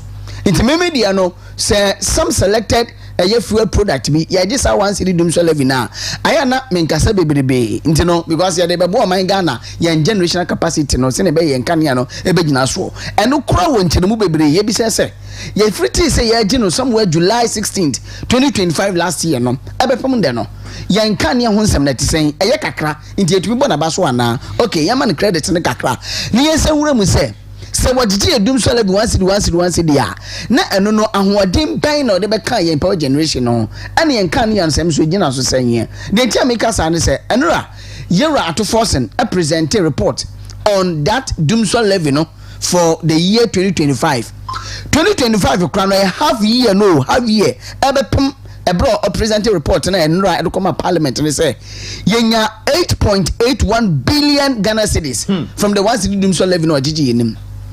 My yes calculation will fear happen. Me can use 7 billion liters of fuel. You use to my Ghana every year annually. Per report a Bank of Ghana for the buy, you know. You use 7-point-something billion liters of fuel on my name, and it's a 7-point-something billion. Me fan say 8 billion cramponwa. 8 billion liters na use to Ghana hano. One city. Sa 8 billion. Into the calculation none be me okro efiano and you are to force and report or the no it's super into 8.81 billion Ghana cedis now and they almost say some amount being so account 1.26 billion biaka come and 10.01 billion Ghana cedis no shadia omo de be actually legacy debt any problem only be so to any short for levies near there den kan na eye kakra for now but you are to force and same as an candidate to one say sikana wonya it is insufficient which means nenu kran san so ade atofo se ni san so ade me ka say ombu ade o nenu so ade say o ma na ade mpa nenu so okay can report the buy na wasan ade atato say the 8.81 billion na ye dey become near 10.01 billion no was it is insufficient and then shame class say hey want to me agigi Ghana for one city on a little fuel bi abeto bia na 6 months to 1 year we bunko nta chema Ghana for tumi atiase am 8.81 billion I would say it is insufficient na nka mo pebe 12 billion bi na ka da won 22 billion bi a e da energy sector levy no e ka da ho ana say e ka that legacy debt any e ka wodo bi so a ye pro no energy debt nko 22 billion nti nka sabi imprediasa mo pe 12 billion bi kwa de atika na su bi the 10 billion na munya no it is insufficient me say to forcing asɛm a ɔkae de taatoɔ no ɛnyɛ koraa ɛyɛ nim tiabuo ama nyɛ Ghanafoɔ titiriw wɔn a ɛyi so fuel a wɔn tɔ no in liters sɛ mo a mo wɔ cars yi ɛnim tiabuo kɛseɛ paa 94% wɔde abu mu no ɛna ɛno sɛ n'asɛm a ɔkae no yes wɔtena adwene ho but wɔdwene ho ɔmo se ntumu na ɔmo de ban a slight depreciation of Ghana cedis ye cedi no depreciate kakra ɛno ka ho bi gyina ɔmo de saa ɛne one factor. Another factor nso mo exchange rate na waka no inflation so one factor and na fuel bu won so one factor in this case you fa mama atofo shanka say IMF one of the omo conditionality omo dey ama intina ama shank so what has changed musumu say ya hesitate from the IMF intina go say mabani am kan say see the no betimi stand here gina ene external shocks bia wanka akoba ne say ana see the drop kakra anwo dey drop kakra ekoba suntia ye beto enkane bu okay into the exchange rate impo ebia me pese be me kuma first exchange rate that's no 16 people ana huja for kokan enti fa say me pese me kuma fa exchange rate me fa no fa ntonchan but me gina even fuel nko na say na fuel atete so we yate so say ye fuel so Ghana e che wo say amanse dwaso so ne ate crude friends crude so it is ebia na 10 friends dollars per liter per barrel $10 per barrel and I be a DGM message as well. And a bonus what in and the artist or Ghana Hano. Won't you mean can't jump some band of a person on the 12 the fuel swan? Levy said that the energy no swan, a fuel and quan swan, a 12 that swan. Won't you catch us a band per se where you through and where you through and a bonaba from no. I am a said so I at so and I reflect over Ghana. Into ever zero to forcing Ghana 480 mobile remupa. And that's 8.81 billion no when we try thing because we got to fuel fast 15 liters that's about 1 liter for the so no I'm 14 liters and waiting so your levies baby gusu crowd that I no crown about so je into more we outside the way no catch us it is insufficient we bring him tiapa abra mama fa kakra nto an yo kyerema yakan so I think the last year around April one of the economic forums in Ase and year to force and kwakasaya watch remuse and no group ebi na nwema mu ye dia enye ordinary Ghanaian no kwane esesa nwema nyina egu no so around that time now so now PURC 4% womu etoto nyina nkane abom ti se weya womu eki year to force and eka se enwema mu ye dia na ase bia ECG fo ntumi antoto womu nwema yi a eno nkyere se womu fa haw no emfa megu yen so on se sabra na afei ene wo maba ba mu fufuro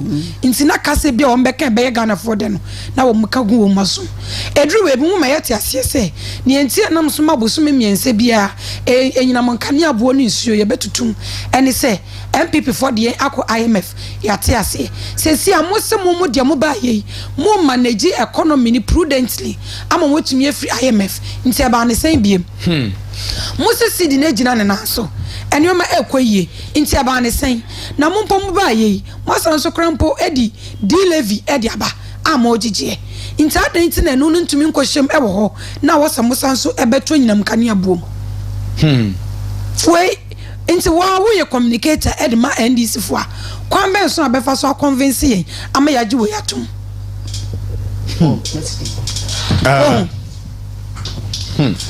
Mani omemoye dindindi ama Ghana fo Abraham into no okay if Prah wouldn't be biased boss so your bias not so be kind of crack messages be one can or that can stop it with me person me divert because as some can I say na me kasa pass a pressure na me kasa na phone was no message on send me message me studio line oh and I'm send message from phone is my send message studio line me na me do have their numbers bias bena you wouldn't be biased can message no oh they can message send the city because when you first topic na this guy me send no be okay me no be one for the dia ma me nim ba bi o free oh and you can make one for the dia ma me jantro oh yeah it is true the man was emphatic about the results. Yeah. Minim baby o free. No problem. Minim baby o message in here. Messenger no. Morning. Ochanamba's prediction was perfect. So I would not argue. From poor man so from mutie there. You make your video nabo. No problem. Jesus Christ. Asem. Oh, you call WhatsApp man one better. Oh, text message. No go Facebook and YouTube. And where two message aba. And go. Well, how do you go? Handle hand tarabos. Hey. Abraham to ask me Abu, it's true that he said that Ghana was score, referee will not accept the goal.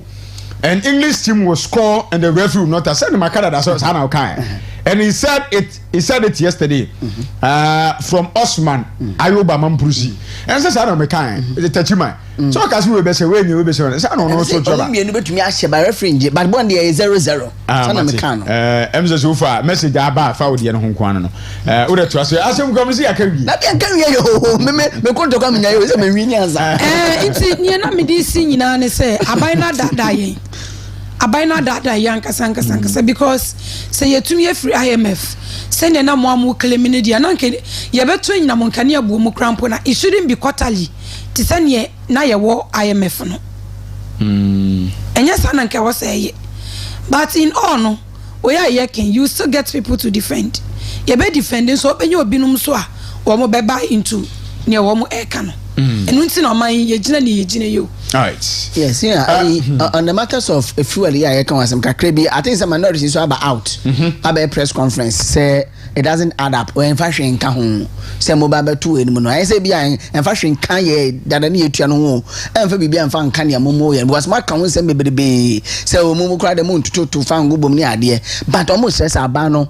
Enjoy tariff increments and hikes now the air ban why because the almost 30% oh can you about 30% in show most the nam it's no minority press conference yes but mama in your press conference nko na mumu enye say one me sha ban no gina ban no so ma ban no fast and to munimba because ne sem your kai no eno ne edo to nei de ekoso no na me ka che say slight we bia say we kra de enso na me kan no say John Dramani Mahama Yaman Penny or the 4% be what 4% be free so that time no near so see the $9 no corner idea ni no or yeah stable to what free so and no still now no you say inflation about from more fuel about from and the exchange rate yeah that ain't any more to or to fan go into no minority form and push it harder now as you if you send here so we will still push now Penny as a brono yabro and a program busasa a year akofuna the first we actually move yana rambo na etoni akudi egulu fie no yere adesa ne papa because papa is into a security firm and papa no say is into manufacturing this kind of environment me sure say epia allegedly ono na a manufacturer but na say blacksmith for crampo wo crampo so ya license I was Ghana Brema send what to produce sa enyoma no na even cross we produce crampo na yenim papa na adwuma wa yeti send ya wo ka no we produce crampo na sana omo ya license actually say they possess those things. Sometimes we license so be only tool but so firearms now and also permits. Yeah. Yes. For that. But if they are into security services to send your work, if you want any area, no, no, what yana, or no, because I know the residents in here, security firm, no, a juma, I walk into an only if you're one of us, and your man one. We attribute it to him. Yeah. Machine guy now, they took we actually want to bush one or project Kumua. What a SN now say 9 mm. I mean, listen, Ludu, and it's so good. Machine guy, your favorite machine guy, and a bush will be that's what I would run here. I don't know why. But you can say, your chrome hano, young cano correct. Your krumwa yankano kre na mekanso na mekano say ye security services na special apostle for ni yoko for no hwanfo no yankano kre baako say adenti ena nipa wa criticize the president ye ni bill eso eche nipa wa attempt murder assassination na me pena make adenti a ye detain no nipa ono edina ni be debi nipa wa no na we crampo ni etwa me sunu mu ne se yankwokyere no o yankwokyere no in a rambo style nso na nye se be wodwane akoto wono na mo wo ye video no na social media so e kire ne mema sem apostle ankwachire no iyokofo ankwachire no friends in a rumble style te say ni obi ni ho a wotu kwan a yetumi kɔ ne fie ahomache epese ye chire no yanya ne sa dabi no efri ni pem enti besin ne krampo na nka akofena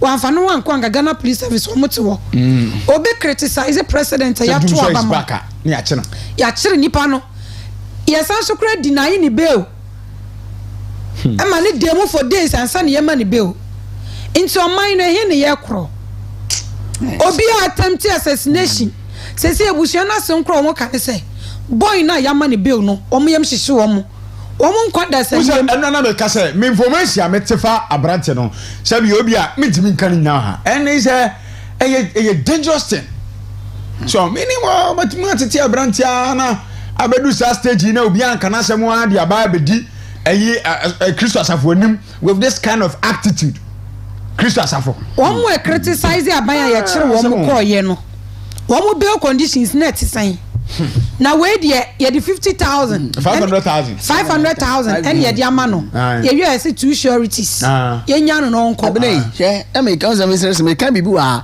ye yare asoman ye mpenifo no mete so do na so yare me mfa mo court okra so do na agbadam you see now ye ka won a Odinso is back and ya detained no ya pra be the amano onim so onye akonfena nko mo ye 8 others come so mo ye 9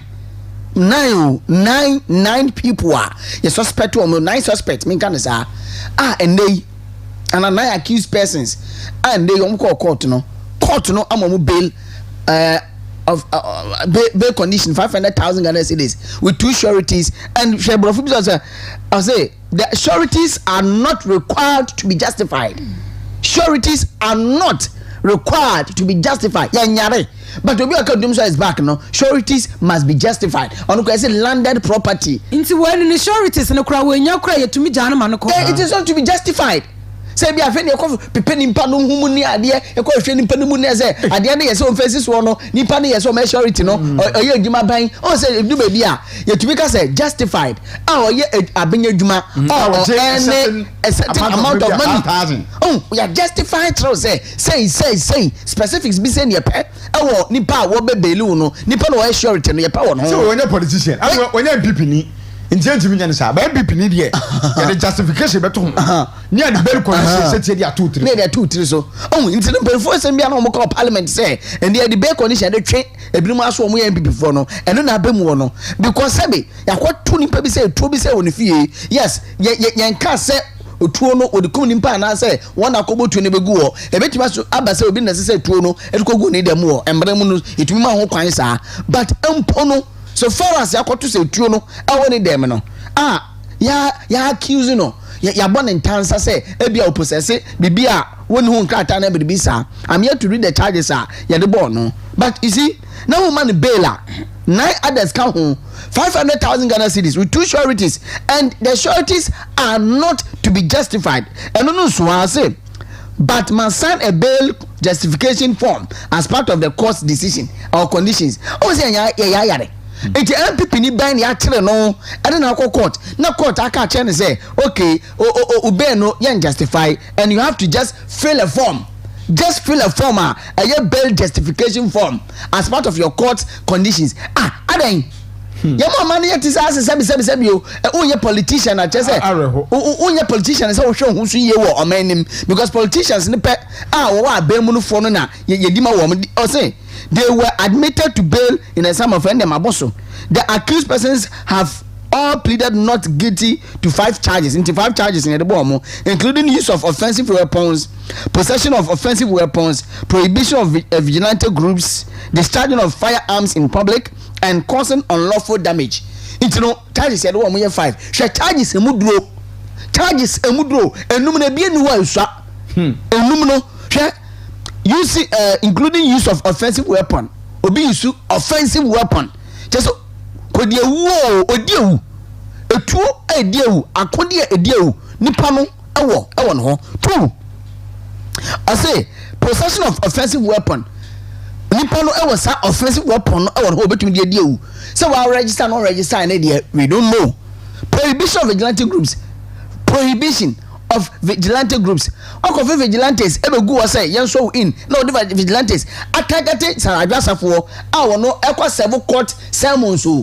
I just have for corner, just to serve them. Court sermons, I could say, Munjai. And I do court sermons at the Bremo, and I'm targeting the yes, I do also cocaine, no 48 discharges.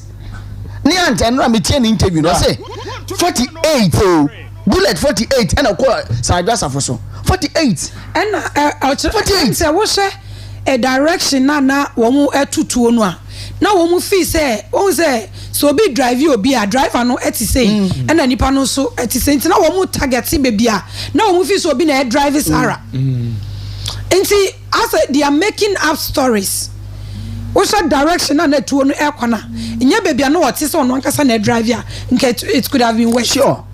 Oh, and if I could pay and they and ye no ko bi man so akotwa na ya hwe so no asem ye no ko bi man so akotwa na ya hwe so na wo mo kasa wono na di kan shooting yansa na o mo so bem na me say enti Ghana Police Service a o mo so o magical no se wo mo koy investigation be sin ne Sarah Joseph edikan tutuo ene wo hu tuo no e wo ka ni mu a be sin ne wo mo briefi second the crack kan so no she doesn't own any etuo bi also no oni tuo as a politician what catch us on oni tuo ka politician en ka na ma me fa ma bi politician ka bi me kwatre mo ko fo ka bi the chairman into guase na say normal no oyi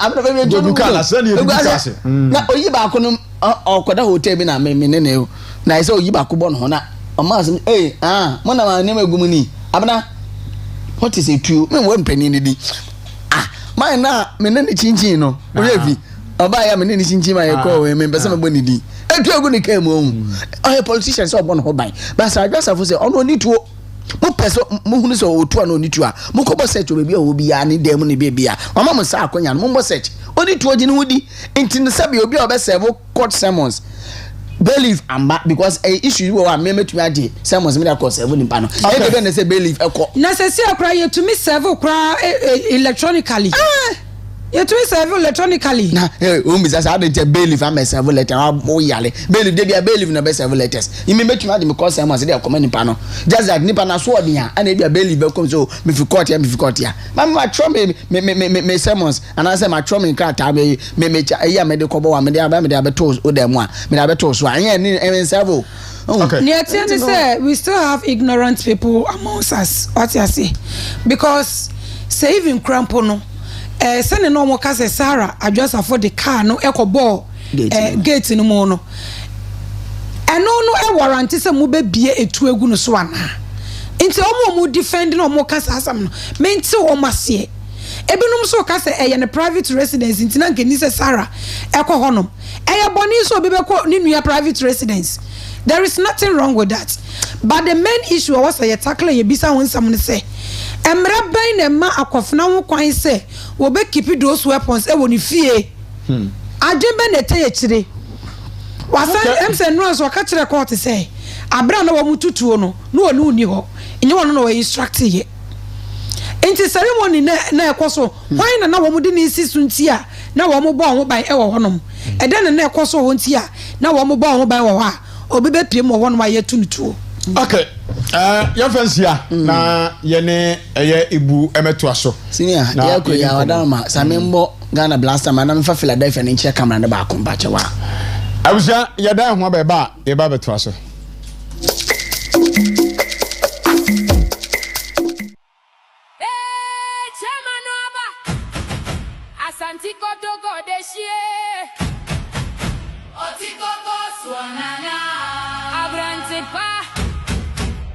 Osonova onsuro ja. NPP forward ever. Forward ever. Untumi obien sawomu. Chairman obien sawomu. Obeya mambo. Untumi a grassroots. Untumi a movement. Untumi a action. Obeya mambo. From Kumasi straight to Accra. Chairman, Nia Jata. Every corner, people shout. And to me, them talking about the party, no, ya soldier. Oh, no, all ya bulldozer. Fresh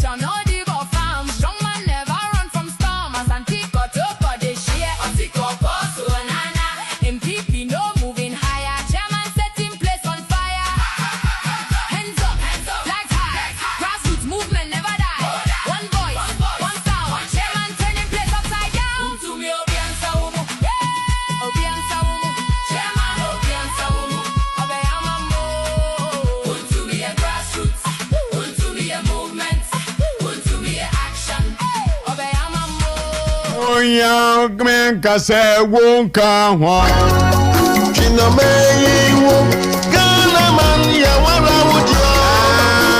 Teacher Constitution from Yamua say kudos to the Black Stars for their excellent performance against our colonial masters yesterday. Earlier they say not to take credit for this. JDM is not the head coach. They should address the increase in electricity and water tariffs, which is not managed.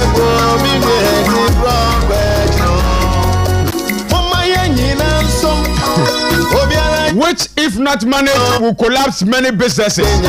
Greetings to Honorable Mavis in Cancer Buado. Bianya na femu jo. Meda sese wo so the message about teacher constitution from Yamuase. Masaudu Kumasi Bantama was saying when the NDC were in opposition, they deceived the good people of Ghana by lambasting the MPP administration. It seems they have the magic to transform Ghana's economy. As we speak, Ghana is far better under the previous administration than this current administration. Very soon we shall see the true colors of the umbrella. That is set they promised was a scam and deceptive. Still, Baumiabeba 2028. Mazaud Kumasi Bantima, thank you for your message. This one from Teacher Kujo Chiabadama Dantase. Ghanaians haven't seen anything yet under this super incompetent government. PURC announces 3.49% increase in electricity tariffs effective July 1. Assam insensitive government. What's happening in Ghana under this administration? Just 1 year, 6 months in power, and this is struggling as if they are in power for 8 years. Why NDC? NDC has nothing good to offer this country. My greetings to Professor Amia Konfi and Martin at OT Jako. I say, I advantage for now, so the pay chacha. So let's not get the misinformation of the Ghana's economic growth has exposed government economic management team. You cannot manage economy with propaganda. In fact, the government can engage in all propaganda they like, but the citizenry pocket will expose them. Today, the ladder and inflation is down, but utility tariff is going up. Goods and services keep on increasing. Deception government. NDC never again. Hashtag win with Dr. Baumia. Hashtag Baumia 2028. It is highly possible.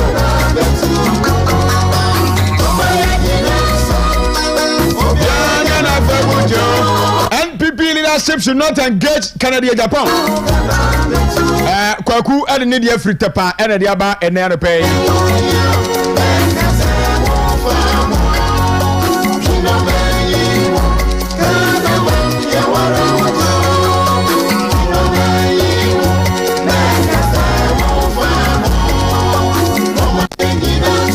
This one says the inflation works on paper, not making meaningful impact in the economy they are touting about. Italiano, Santasi Kumasi, Italiano Bokoria. Bibia fine what was say agenda from Asen Aye Bosumche in Central Region.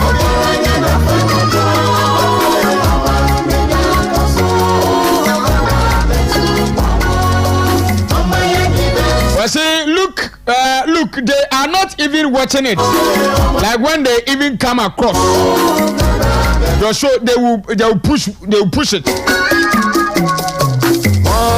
Because what you are saying is the truth.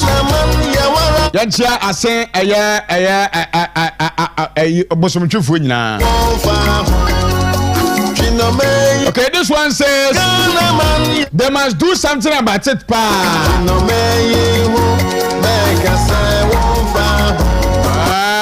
We and Can we see the videos of it?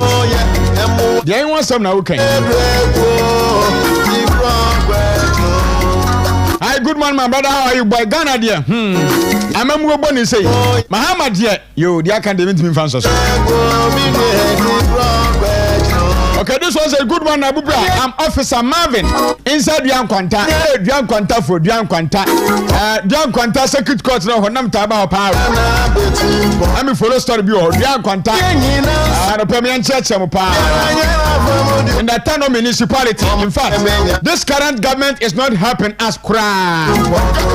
And we are praying for 2028 to come early so that we will teach them big lesson. I would say why. If you are a better match, you to move month. Go for it. I'm a woman to me. A Kamudi Atemo Chromia say a Casado. A somewhere Dahono, and a Dahono.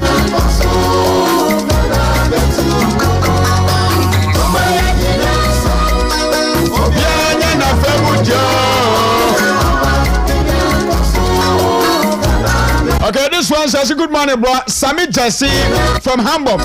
We say hi, bro. Also hi, bro.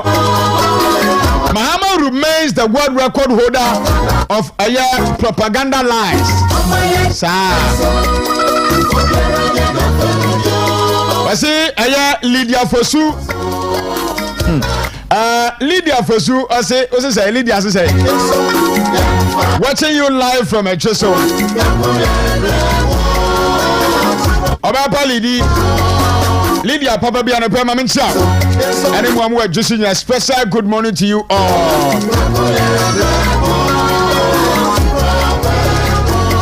Well, say good morning, boss. In fact, you are doing a good work for Mother Ghana and MPP. God bless you all. One for Diama, Bema Medasi pass or your bands. Yes, sir.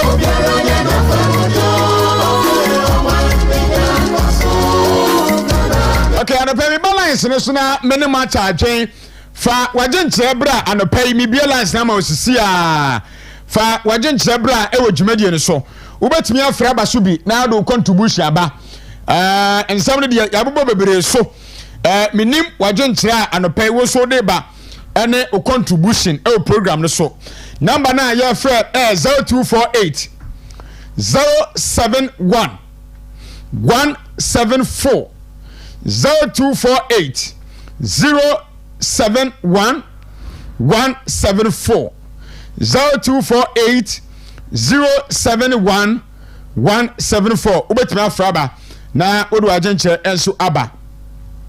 We say good morning my brother.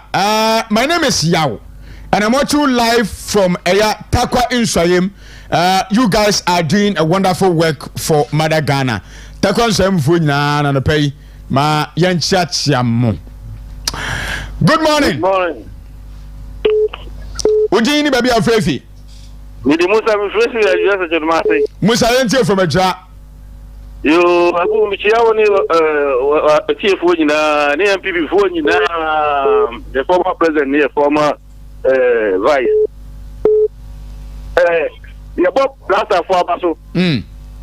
Ana ye coach ni so ya de pa omo fa 2 years den kan ho ma no. Wo se wa so ya de o. Wo se ada say Ghana be say one yenye ana England be say one yenye. England for be say one yenye. Na so go on the head metro. Na so maka wa de pa. Ah de say osiesia. Osiesia mo nyere no be fa. O kasmo bebem. Good morning. Morning. Good morning. Yen fancy anade yen na homra. Ye guest na bantu de yen fan to as me ba beto aso e wa ha. Ye be fa course no na afi no ye ne mo abonkoma ha de some messages bua. Let me clear it before. Okay, okay. We say I'm from Junjunase na Mahamadie. Okay, Mati. I say Lydia, good morning. How are you doing today? Okay, when ye Mami nko Ibu aba na me ni nkomo. The most controversial communication officer Ibu na aba no. Isaac Egendonko Ibu ena manfo fe rudu sekendi ho de a nsem de bebre. Be wa boko de. Oh boko meda. O top na ni efe pa. Ona pama obi a. Eze. Ona pama. Mustafa. Oh sekendi zongo. Oh okay. Apam no correct pa. Ni efe kama pa. Oh sekendi zongo. Ndiabe kama. Blasters game no heavy. Oh muhwebi. Sa muhwebi pa na anape minchi papa. Na minchi a wa hwefo mpempem a wa hwen. Oye yan region ha. Is a senior communication director anape minchi. My sister and I draw some chen. Maybe I'm a chairman Pessy of secondary constituency on yen deputy women's organizer. I am Madam Cindy Tukus washer on the pay. Another match in Abu. People were disappointed about the timing of appointing our new coach. Initially. But so far so good no. We show some maturity and experience in terms of their coaching job and watcher. The reason being that everyone that know from the tactics not better I work it perfectly. That's a cliche refugee up and ask them to crumpa and call penalty. Damn and there's no penalty correct score penalty if you be anyone. But it is how they say any mind. On American, they can say refugee and say I'm paying us some. Into America, them be so paying us man called Benjamin. I'm paying us a means in a wide and one jam man. Anyway, now, actually, in the dark tactics, you see, you could see clearly that there or coach Ankasa, our experience, our experience, because I'm there. Wasted England for no one style of play. Coach Papa Biano, as I study opponent, national style of play.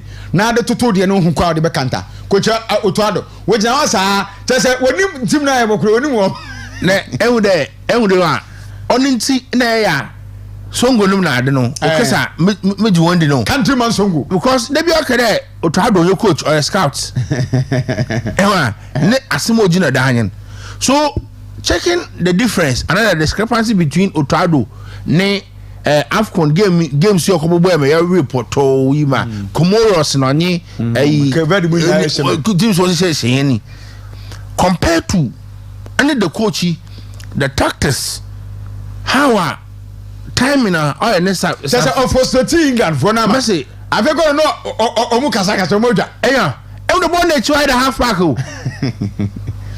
what ba them tactics na so other offend Panama no Oba onya wo friend then counter crope any day share boy ni counter day Prince Edukop na so yeah ana keeper no any calip when no kwa crash there straight red card no asaje tia no asaje tia because share keeper no hanka bolo na nka dey by straight onya inside the box so was outside the box but ni nyina ya baka na yakandan me come shanya me me come oil no shanya me I know they are qualified ya qualify and ehwe boys no wona ahofoma na etuhu ache sunsuma wenya and ehwe abu if we can trust Benjamin Asari to be in our post. He's a fine goalkeeper, very fine goalkeeper. If we can trust Benjamin Asare, and I always say that it been one more tournament, one son put one map and a day. But one team so abruchi no biniska. So if any there's no way I play defender if I maybe say left back if I three. Why don't you take a one local another local boy? And checking that for local boy, I think they are saying they will get $17,000 or $22,000, and it will go a long way to help our teams.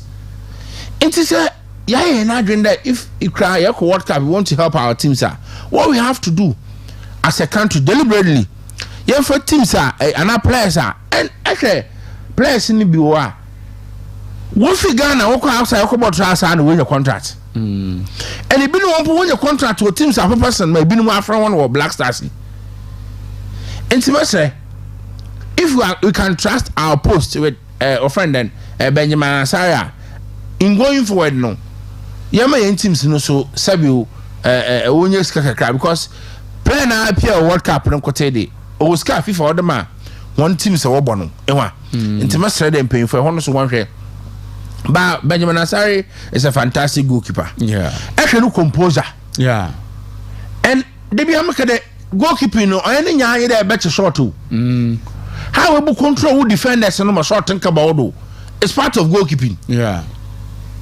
and see the way on my boys no or control one wall and you go area damn defensive midfielders and also a more dear one and a boy pa and I think when you know so the football age na za extra on no senior man room Benjamin Asare extra in terms of age on your football age on no senior man room on your opinion and see he command some respect ewo players no won regardless on your foreign goalkeeper but about sure on ball started all about say you won't put no proper ball and actually the way we to control defenders no ma cohesion on unity no and I think that it's a long and them three left backer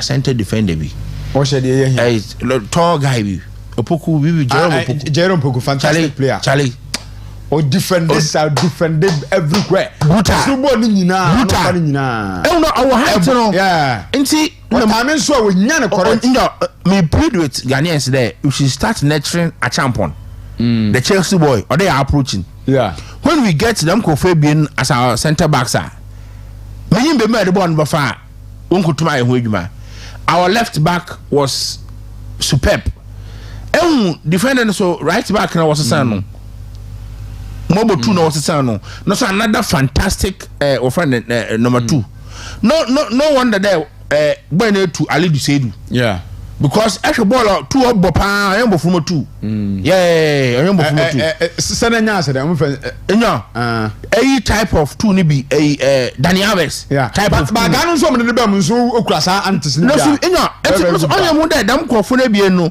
we to padi your friend then Ali Dusedu because mo fo bie no wo se wono wo badwa pa na last minute no mo de ayiba no be dey Osimosa Baba Rama I'm friend mo gbenu ofono ya bobo no kra wio no be yi attack no okay pride there no be yi no kra be mu second half wo nya film just say o mebobi na ka krakuru Baba Rama ni ya dey last minute go ba no ko be mistake aka dey ke betu nkano ya Baba Rama ano nkano ko wo kromo ewi obi afa no bag nko and the boy the pate so yeah pate I am for that ampo me the reason why Ofi Arsenal sir they've started tormenting his life and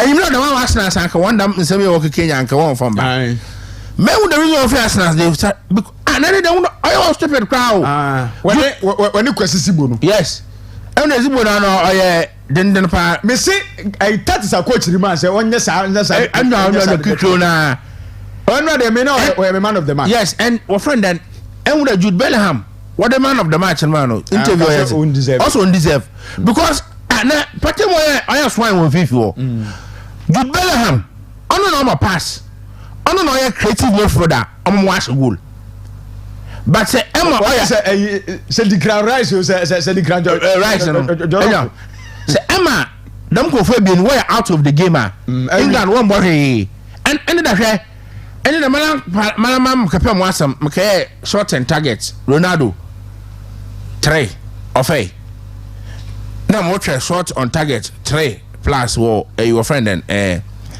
Hurricane and on board 3 short man Benjamin Asare on chin kekempo na me be 6,000 cedis. Hey, and ready better. Ah, mercy. More trend now one battery short simple. Why? Ben Hurricane. About 2. But I Ronaldo bought 3. Ronaldo battery say 2 goals was ade. Into another ticket. I'm the better now here. I think how good this is 6,125 cedis. By any. And you try better. Oh, unjo. Aya, mazana thing there. Sometimes football, you know, or they the minimum yam energy. Football fan. Pepe all team in playing Momo. They say, why would me if we cry or the taxi? I'm life. I'm football. I know make some income, some media. I'm a politics and what's in. I'm a fan of Obiara na lifestyle. It's a bra. Because you see, Bononi or friend and party. And they did really well. Oma a rights on ye, Jude Bellingham now, called wire threats. No, then go Fabian, a one for born when England team are useless. And I pass wire also, and they went 2 and create chances. Yeah, session analysis shot on targets was 3. Was 3 and Ghana, Yanden was 1. Yen attackers in all day, coach in order a honoration Accra. Ball you or your ball be another day, are you a booby? Because en dey sisi a na hu no ehwe akofom ma say nra na kakra oh ti aseme kai dan boy ya bo Coventry University mobile university Coventry I think FCA on one abo premiership Brendan and Santos Santos yes he's a very fine player a very fine and no do mo relax no mama na me en dey bibi da hono say ehwe na per counter or they using na born all born economy is ha kusu momentum yeah also principal apart from that no our power and see a year counter na coach ni ka so be nsacha kakra na waye enya nti o sele Suleiman na ama sa Asante nso ama enya nti no at least almost rest kakra for the next game ba ehun de na da mboy yi so a obol lefty obo winger and and Niaman so am. And she said, now I was thinking and call changes. So we used them when they be in wings war. So you see when they be on wings war, one more pressure into England for one being P. Because sharp wingers are one to defenders in Wamaka, a midfielders and Honda. And see why has he in a national why has Papa there or they born about the pan and that's so a Coco family before more there. 6,000 now. As one show on cause we own around the habits. So what's the one and your bra or your game? And from the it will say who partner. That's why then. Was it on the onto and corner so? This is 6,000. Almost that Ghana for and I say, I'm buying a reality na a meomocon. Abu share Makana what the Dada Ghana for, sir. And you're in check in some now or young people your Dawson. What did I Ghana for? What did I do for? Because Abu, how can you tell me that? Mabo for Kuku from 440 Ghana cedis and now 400 and yeah, 475 for time nana. Remember, end this time no do 75. Nana Kufuado. No, what call 475. Yes, what to the media no honorable the media no check what to international market what to cocoa price from I think $3,000 per ton the got 1,800 per tons. Okay, but the time now so the 35 cedis now what the case can no more 475. Okay, what the 35 cedis no what the come more 475. Now dan kada world market no what to do. And Dr. Baumiano one kind of world market no what to do what if it $3,000 to $1,800 into what to Equafuans cannot do no. What they did was yes, Ada have you seen it? Oh yeah, okay. Let me check out. Ada our friend then say other ho. And unprecedented in the history of this country. The what to world market price that you ever could have to cocoa bag and cocoa prices so yeah. And say Bosha but no ya se from there say what to do international marketing pa abana for bi anka ho we maintain the prices no what them one ono from a Rollins area na them no way na na the dan kwa for the bay what two cocoa prices that told e bi price no so ankoso ojina na name na so na do that kwa for the Dr. Mahmoud Baomi won under Roma abu enma da way ya what's a cocoa kwafo MPP fo we believe in farmers yenyim na cocoa kwafo mbepi MPP fo yenyim na cocoa kwafo pi won na wajiga na esiwo hwe abu enyim de motorway nyina oye cocoa kwafo won name what dey ya abu some universities in Ghana Legon I can mention about 5 to 6 universities in Ghana cocoa na bi what kisi awa ehwa no what the G's your friend then loan what BCC them schools no abu enyim de people authority yan hydro of dam your president Kufuor Bidam enyim de oye cocoa scanner what dey collateral yes yes cocoa scanner I'm telling you for a fact cocoa scanner what dey collateral so in terms of education cocoa kwafo abo amani so many ways in terms of what friend yan lighting system cocoa kwafo abo in so many ways and abu currently so yan road networks p wo ha enyo cocoa and cocoa rota enti cocoa kwafo adwuma so na wo ye wonanyim mfifro wato ana wo de fa wo de road to krom ha enye president mama ya ball rota ball some road bi wo ha cocoa scan wo de enti onye de yebeka de odua cocoa was regional sankagua na nkwado enti oye wo friend then the miska no container what about she oye wo friend then asankagua wo de bi kwa wo de kobole na yenyim doctors urban health so yenyim doctors na za yenyim nurses na da yenyim physician assistant for na lab technicians wow do cocoa scholarships what that to Kuma ha medical doctors can say Mr. Mayor no man where head of lab na azewo efie kwanta unya wo fi cocoa growing area many doctors are working cocoa growing area when your scholarship through them cocoa scholarships was more from what I then assistant no for me for no abu may can you there cocoa have one contribution to this country no we cannot measure it yeah now MPP aban you got no you the 400 and something Ghana cedis you the quote 3,100 no po what can I say hen what's the team yazen yan dwun kwakwafu ho abu missy oya frakadam aban and this were 419 aban atofo arsenal and this for podo kin mo ba flag bear na ankasa no sabio mumu wenyinka akohwe ebeka ya all converting kampo obi say converting ase obi say converting ase or reiterating a point on the campaign platforms on some okay there no oba he will make sure and now when as and the cocoa board is now under finance ministry not agriculture ministry my way so it's under 2,000 into catch in there now he will make sure that the promises that they made to the cocoa farmers will be delivered. What has changed ebe so nye da yankopon bo ablo prices in the fee of $4,000 per ton abu the kwaya do 10,000 baby pro odu 12,000 per tons aba some no see because of edufupe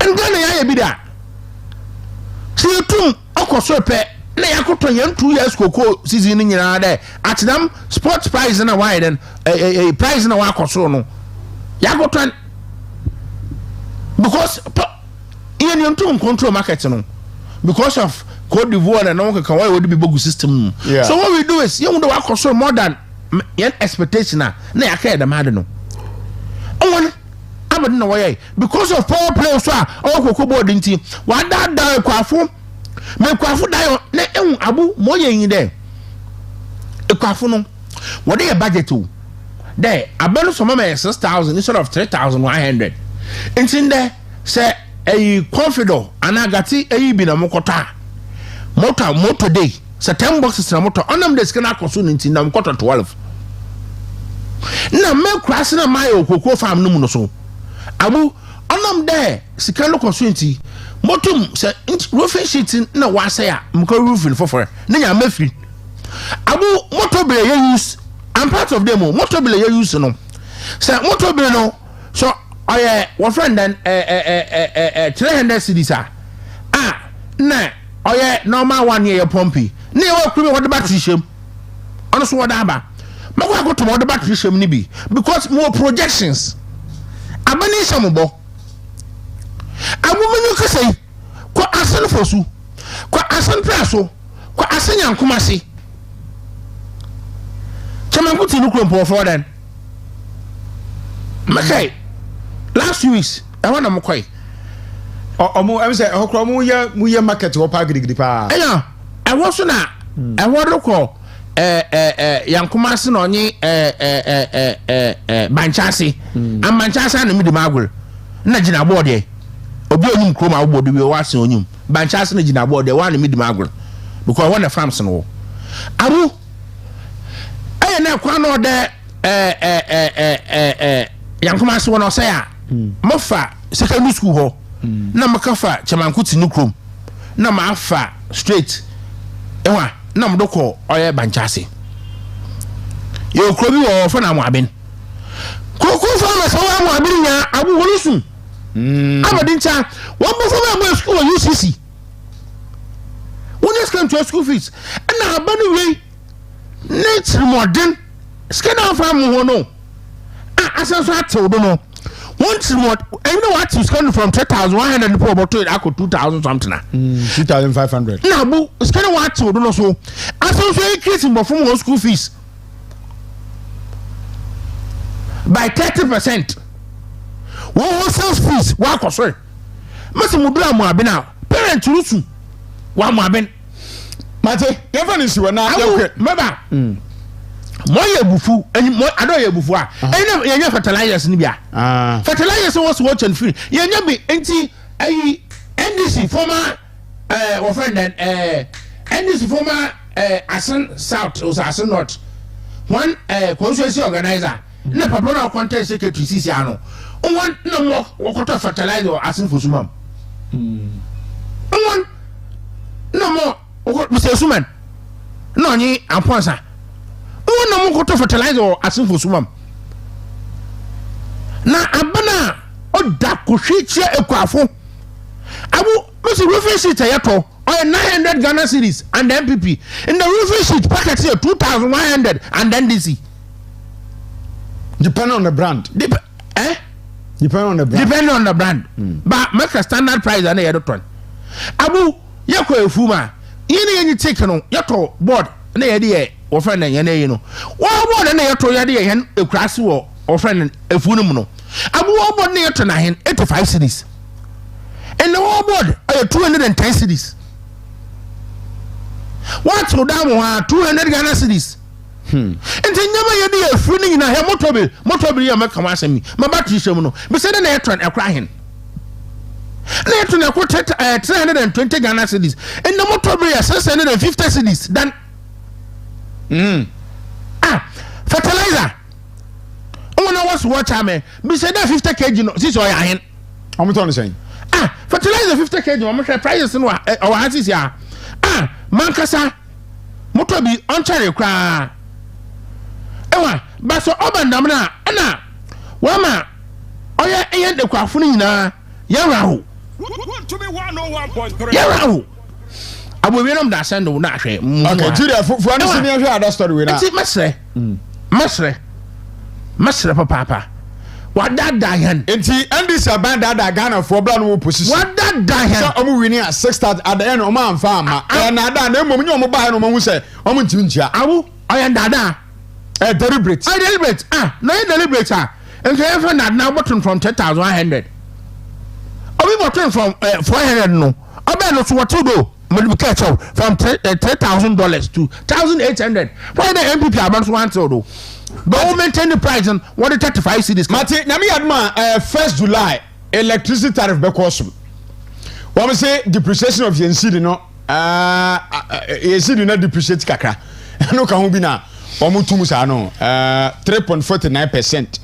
Almost say, and no, IMF, more conditionality be an account be and a mass increment in the bar.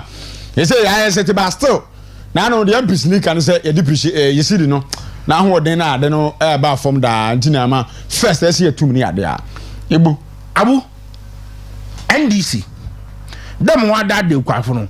The same thing, the what that in Ghana for Ina. Aberdeen in America. Now, we catching there as part of the IMF conditionalities there. Every 3 months, we want a tariff review, and now one call or no, I'm way increasing, now what the data Ghana for? You know, IMF. Dabi. Maybe so, you know, you Anna, and to say, you want. I'm not still what I say. And use IMF conditionalities and the increase. I don't know more kind, but you know, I don't know. I'm saying depreciation of remember 2 exchange rate. Remember 2. Abu last window, I think April we are. And so they decreased it by 4%. Anna, IMF conditionalities no one on you. Them time they exist no. And see the inconsistencies on your no quite. So there so much to say, more history about NDC when it comes to tariff increment. I'll give you the history right now. NDC no ba Beluma yen kaniabu ana utility bu okosoropa. Abu enti oyem hu there. Obey within 1 year yen do 2 years. Electricity were increasing by 24% ana. Obawe can hold your own almost be 30. He was saying almost be 4%. We 3.49. Almost 4. So 28. No what to do 4. No about 24. Okay. And I see what almost whatever can Robin Peter to people. And to 28 na Gina. Okay. Within 1 year. Don't go 2 years. Amu oye end this one soon one ban. Na President Mahama no soon na ban. Even as in America dam Abu share in 2009 our friend then NDC wo abanum na President Mason no bia 1 electricity or utility tariffs 1 2009 to where Momo 2009 figures aba ifom. Okay. In 2010 okay NDC government increased electricity or utility tariffs by 89%. Temo 89% in 2010. In 2011, they increased it by 10%. In 2012, NDC increased utility tariffs by 7.4%. In 2013, now, Dumson starting and we're increasing electricity by 58.9%. Abu, in 2014, they increased electricity by 28.4%. In 2015, now, Kobina don't cook a chain there. Dumsona and Ghana for as energy minister went to solve Dumsona about resigning the care. Man, went to solve more resigning. They increased electricity or utility tariffs by 90%. In 2015, instead of 300 Ghana cedis, we're increasing almost 200 cedis. What 90 cedis and what account? My 1.9, 190 cedis. And now open I don't know, so 100% increment for per within 1 year. No. In 2016, we're increasing by 10%, plus the 2015 90%. I'm 100% increment. And see, within 1 year from 2015 to 20, not companies now what electricity. So, 1 million cedis within 1 year they increase it by 100%, so 2 million Ghana cedis. And see, because they have a track record. Until you play football, baby, there, so we are creating no suban, and now question on to my ABC and isn't. Neither ABC and on the Mabu Abu. Until now, what we are seeing at the electricity tariffs no oyem hu da yelu hu damazi oyem hu na sa G levy no scan mo gigi baba omo de yede wo ka chen hen so da na omo de to crude no ana ba sam no ka chen aba sam no ka chen there wo ka chen hen de obi no wo botto fango ana wo de gu hen kanye no mu ana na wo de bi ato wo de sua ekawa wona wo je to oja to in 2016 me woto no da maka na odaho nti wodi bo tua ana da no ka chen finance minister my report ehu no account for there iske ye nyanyi dey na da ya ehu ya da bi and what did you start at of 1000 cities bia etu 80 cities but na okuro ha men this fu ka chen na send mobile money 1000 cities na etu 10 cities onye but na to fu 1000 cities bia etu 80 Ghana cities wodo ano do ye enti ono do ye enti dia o mas scam Ghana fo what's coming here scam here papa what's coming here scam here big time that yen abu the reason why medreba where you know no one trade no do na Accra do bebu na adwuma no the reason why one man the may you know ye adwuma na ha the reason why mo ye adwuma na check to 2015-2016 na must we increase electricity by 100% no abu ebo na small and medium scale enterprises ogugui enwa abu oyo almost 636 including Coca-Cola will lay workers off including Wamco Anglo Gold Ashanti Manase MPP be dey ko boy ano no enna na dum so time no we are because of high cost of production. That time so we increase electricity by 100%. And see, so they have to lay workers off.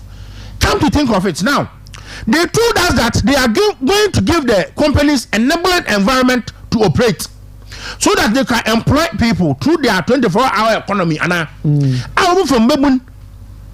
One trade saying over from Babun with you. So we catch that now. What's this? I don't know what's saying there.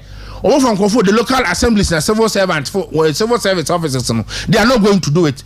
A private driven. Abu, how can a private man pay an astronomical increment of 28% in electricity, pay 19% in water, pay 15%?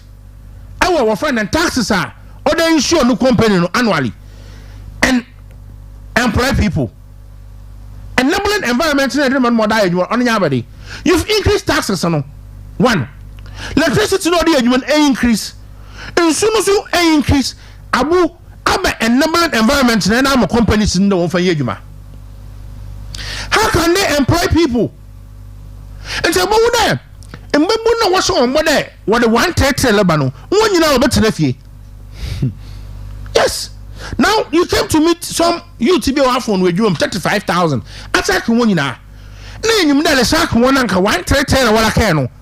And aba 130 no so say case market abu 24-hour market why and then.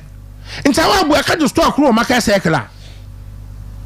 Acha dem aton wa di wi a yenyimo oda park wonyem ni nya afi store num. No obi obo be abro so bo load ni nyama na out then.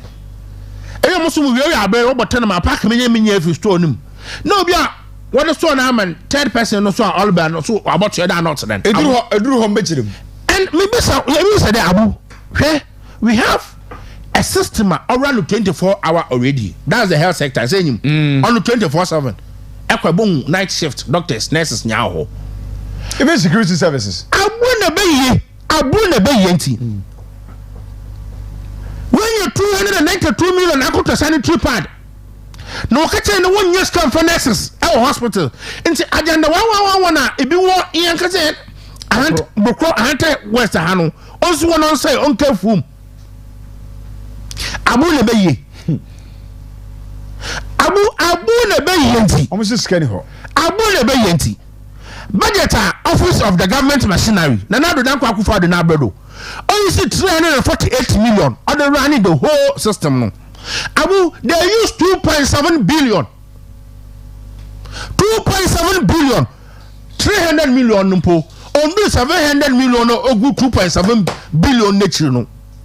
And you're coming to tell nurses that you don't have the money to employ them to man those hospitals.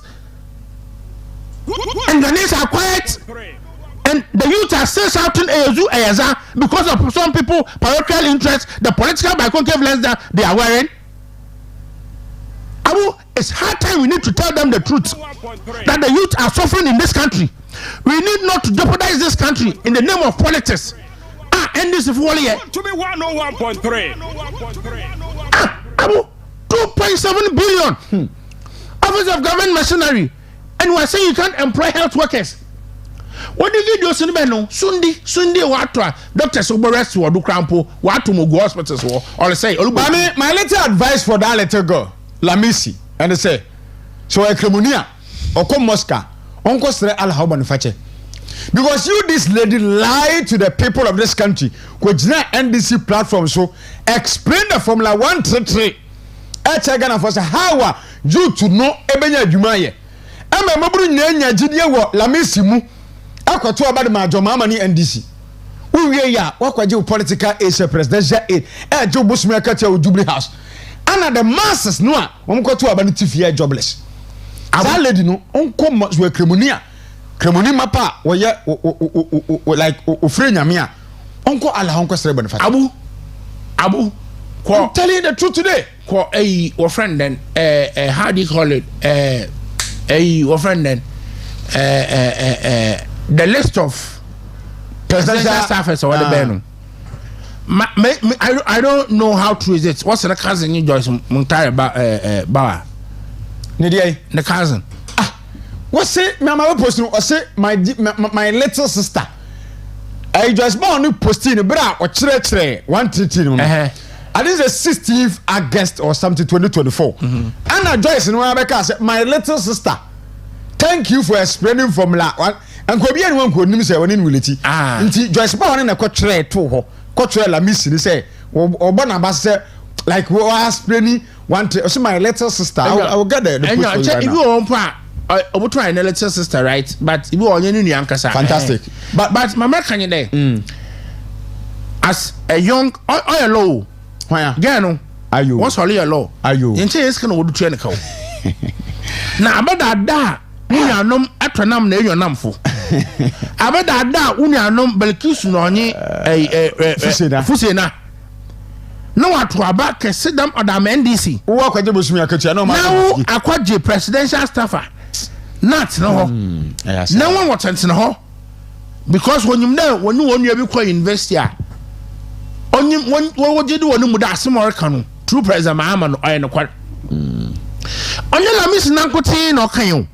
Abu, I can't President Mahaman and Casa the clock of Suki nature. Ah, says our program. I don't know, only 8 hours. Now, clock your look. I got 8 hours, a first match will be fee. Another second match, work another 8 hours. Every third match, I got 8 hours. Into one national communication director. A good boss, you, Sammy Jeffy. As my president, Mamma Cano, 1 year, another no human evidence. Into only human evidence, then. Oh no, Yatiti. Oh, Omia. Oh, Quanapa. We are Captain Smart. Walk where we are. We are on no friend then, Sammy. Walk one night. More, the Missimo or Tom Babun one assume. Abu, and the reason why MPP Aban and the 1D1F, your tomb, 170 companies are creating 169,000 jobs now. And the reason why, one, electricity and utility tariffs. No? Yeah. Abu, no more statistics, me 2016. In 2017, Sammy, just Muntari post now man today. So, that was 12 August 2024. My young star, Lamisi shares a rule on the 24-hour economy policy. 133, simple, one job, one people, 3 shifts. And we post here 12 August 2024. And see, Mr. If you want to give the youth job, the enabling environment that we are talking about was created by MPP. That's why we were able to establish 170 companies and provide 169 jobs for the good people of this country. I will share in 2017. Yaba benum yanto electricity and utility tariffs. Amu in 2016, 18. Yanto 2017, 2018. Yeah, reduction and then yet two utility tariffs by 17.5%. Yeah. And see, my young star Lamisi shares. Where yeah, just one time 12 August when I go pussy. Now go be a credit Lamisi no. And I got 1 remember Brady Chaco to Ababa, no work your job. What could you see career and a you to I can disagree the and a cocoa board see what over check your forecast and this phone one do one eye piano. Robert check what a US and one cannot somebody in a white. Everybody should not want to enjoy black stars. People in this country are suffering. I know such a character. Because Abu I may blame around the Abbey. You blame me, blame why? I'm the reason why. No, you blame no cocoa board. What's the first canon cry? On for her scab and on cocoa board. We do to say. Don't you need to give the finance minister a pressure to give you money to pay cocoa farmers? And Maricopoca. I mean, Maricopoca. Ericopoku, unemployed colleague, cabinet minister. No. Okubola Catron, no, 1 minute. Of course. What we are saying is, Abani and Dadaban. I am a babu shaman pay. I am a minelli tema. Dr. Mahmoud Baumia promised over there about training from 1 million into IT. Go and check India. Now, 1 year IT superpowers. They are now becoming an IT hub as a country. Because of Abade, Abani you so do that all training from to go into IT. Yenya Dr. Mahmoud Baumia also betray into IT. Yan mamino na nimbi washam they opted from Kukwan Katenketi. And Kukwan Katenketi so what the bay. Yasha no more number youth in a divider 0.05. Emma Kukwa 0.5 da. If they send me to go and look for snake that deceived Eve in the Garden of Eden and I meet President Mahama, I will not worry myself again. Because they are the same. Man, none of the papa. He's so cunning that even angels will believe him. I need some of his sweet words to woo a certain girl I am eyeing. ADK Obuasi. Your mama. Want to be 101.3. You buy into whatever that you say. Okay.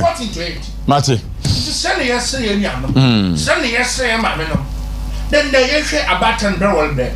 And the school fees here 2 months. And the hostels fees here 2 months. And the cocoa farmers bread.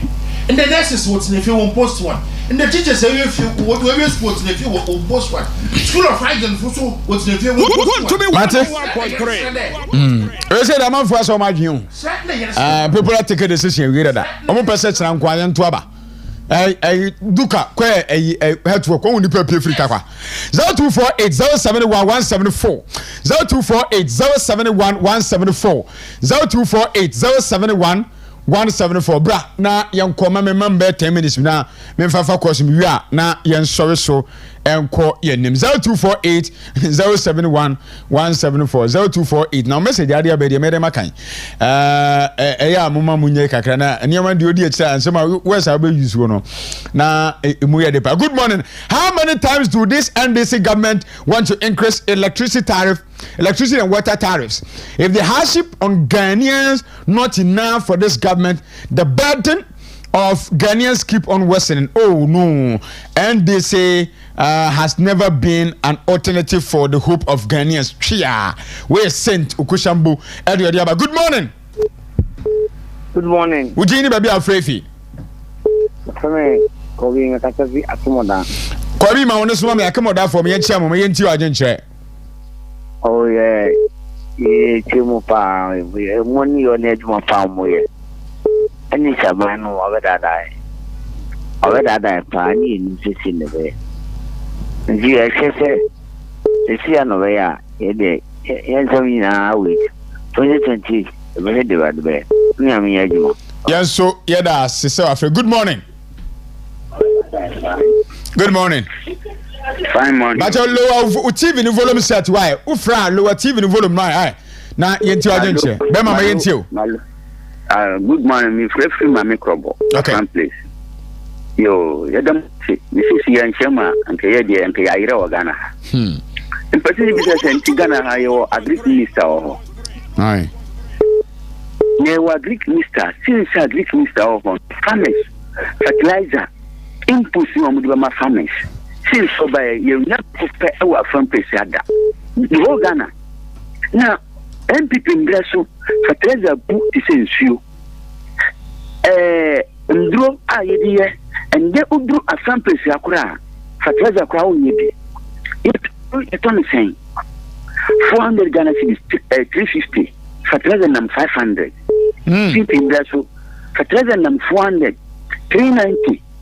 Me see ya two black ya color that got black and white.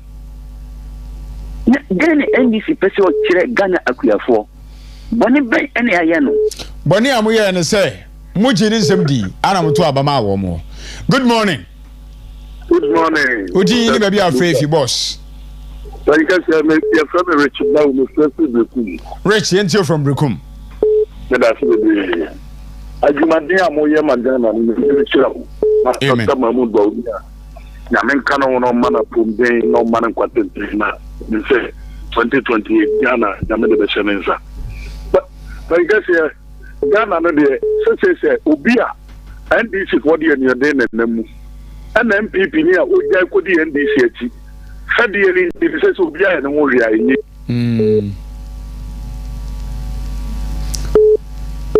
Oh, okay. Sorry, good morning. Abu Prah. Akonta mi yentio.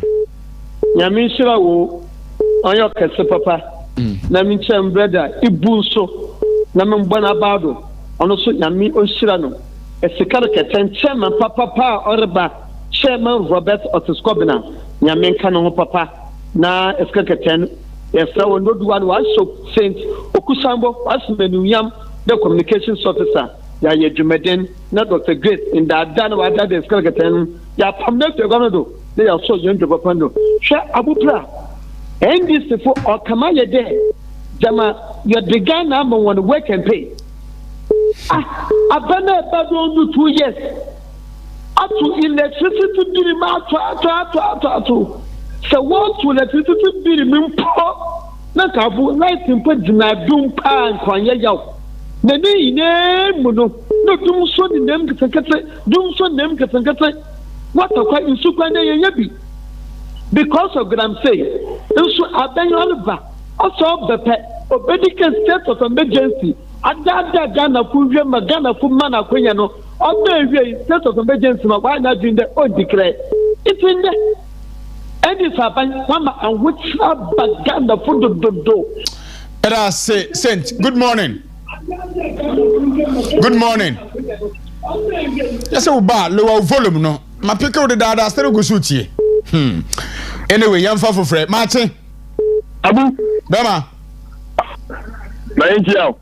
My Joso. Ajumana na oyeno. Na oyeno Kumasi na ro na wata se yeno hano. Ya da tiami shirawo. Babi bia chama unti mu bia no ma yintia no. Enya ko fa na hoden. Na bebe nyina se se yi afa omo. And so tell me that I see you manana. Ghana for them more better. We have to know only one consebura. If you feel now. I want consebura. If you feel now. Okay. Abu upon you another ne ba o nyaba ye ni na no. Doctor for no ne nurses for money aso. Amu kre o je simpie so ya nya na wano onse ya nto abu akufo the HCF me mam yansa ana mu yire SF last one aka yi na me brei afra ebiani me mam ba ni twadu etwa bi atimi force so ade sande me no abu mo bokaka me twa awofo no obi biela ni ba ko school biela o secondary school biela o mo ti sure say obaba ni provincials mo di akọ ebiani tata dio I know some Kuma, and he was like, we put on Oban or see your short memory. Or see your short memory. Never, I will remember no be a catch you be there. Or short memory. I got you to be about Obama. Open say a group for. nti yɛn Ghana fo deɛ yɛsrɛ obi nhyɛ ne sɛ fam nsuo 2028 Dr. Mahmoud Bawumia aba bɛyɛ adwuma no nyinaa sɛko koraa ade ama yɛn oni nyame ntena. Good morning. Good morning. Abdullah Efe kuma yentio. Inshallah. Mala. Abo nyame ye okase. Na mo kwatenten na pa bia ntim mbat no na anka kan sam fanche na so yanka kan kira ya na chifo. Na ye hu kona ye ba fado. Sisia pa de ente bonu ba na da ye NDC. Na dama electricity bill na wada bano na water bill no sisi abadwuma na yele na de tua dama skan then one ba na ya to Ghana for yen hwene ye o de bia yele kwane de onye yen duru bi biala but mol kodo ne de yen bon pipe na yen yi Anderson team na MPP mbra bags da say wa frɛ fie kuma fo nya yen chema no pe. Good morning. Fine morning. Bema Beni. Majam Sadam, Gassel Bramai Diabene, Bramai. Bramai Diabene, Yentio. Boko. Says I tell there. And this is now about them. There were person was in Ghana. Says Kokofu. Yan Kokoba Frank, Yan Mabandam. I can't Bandam. The paper wasn't Cabalo, Abasted. We come to come papa biada. Na so be a so say here. 24-hour appointment e wan fa. O tumi ye. Na dan ko te, dem mo pe fu bu be there. Da je won e bo che o permit antam. Into permit what antam. Into o le na fu na e ya je ko there. Ba wo mi o so ko. Abanti no lo ko. No ka fa papa ba. Afi. Jada say yantia dia benefo nya. Good morning. Morning. What is your baby? Mina mekan agric minister na semunu. Na wa ba mo bi mrebi why? Nipa no doso. Why? What me awuro ma mo bi mrebi. Good morning. Abu the institutional of our time. Champion Ajima me yentio. Abu tisia Ghana amana da hompanyo. So we nyina so omo US. Tisia omo manager affairs of the country omo nyina to akwata America hebo. Moko hebo. Obi to akwata America. Abu Ghana sika nye tin sa no. Na he dia wo hum police run dia be. Na ho ma ho. Asem kokko asem da ho ye ja ho ko hebo. Da woni mo dia ye kokko fo ye ja ho ko hebo abu. Na ono de okọ ya tew. Abu. Ya asem ja ho. Ya be to free chrome he ne. Ranyabi. Na uni se ba silence so ho. Naka ya ma mo ba kwa nka bra fie. Abu, me se de o mo de ayekoko asemu ye ja hoko hebo. Abu de ka bi kire me. Asemu ye ja hoko hebo. When you be a wuju Ghana for wuju kokko for ho. Randia du be ja we hoko hebo. Abo no bet matra krom ha ya hwebie. Abu yan kan krom me ho aneda. Takwa bonte so.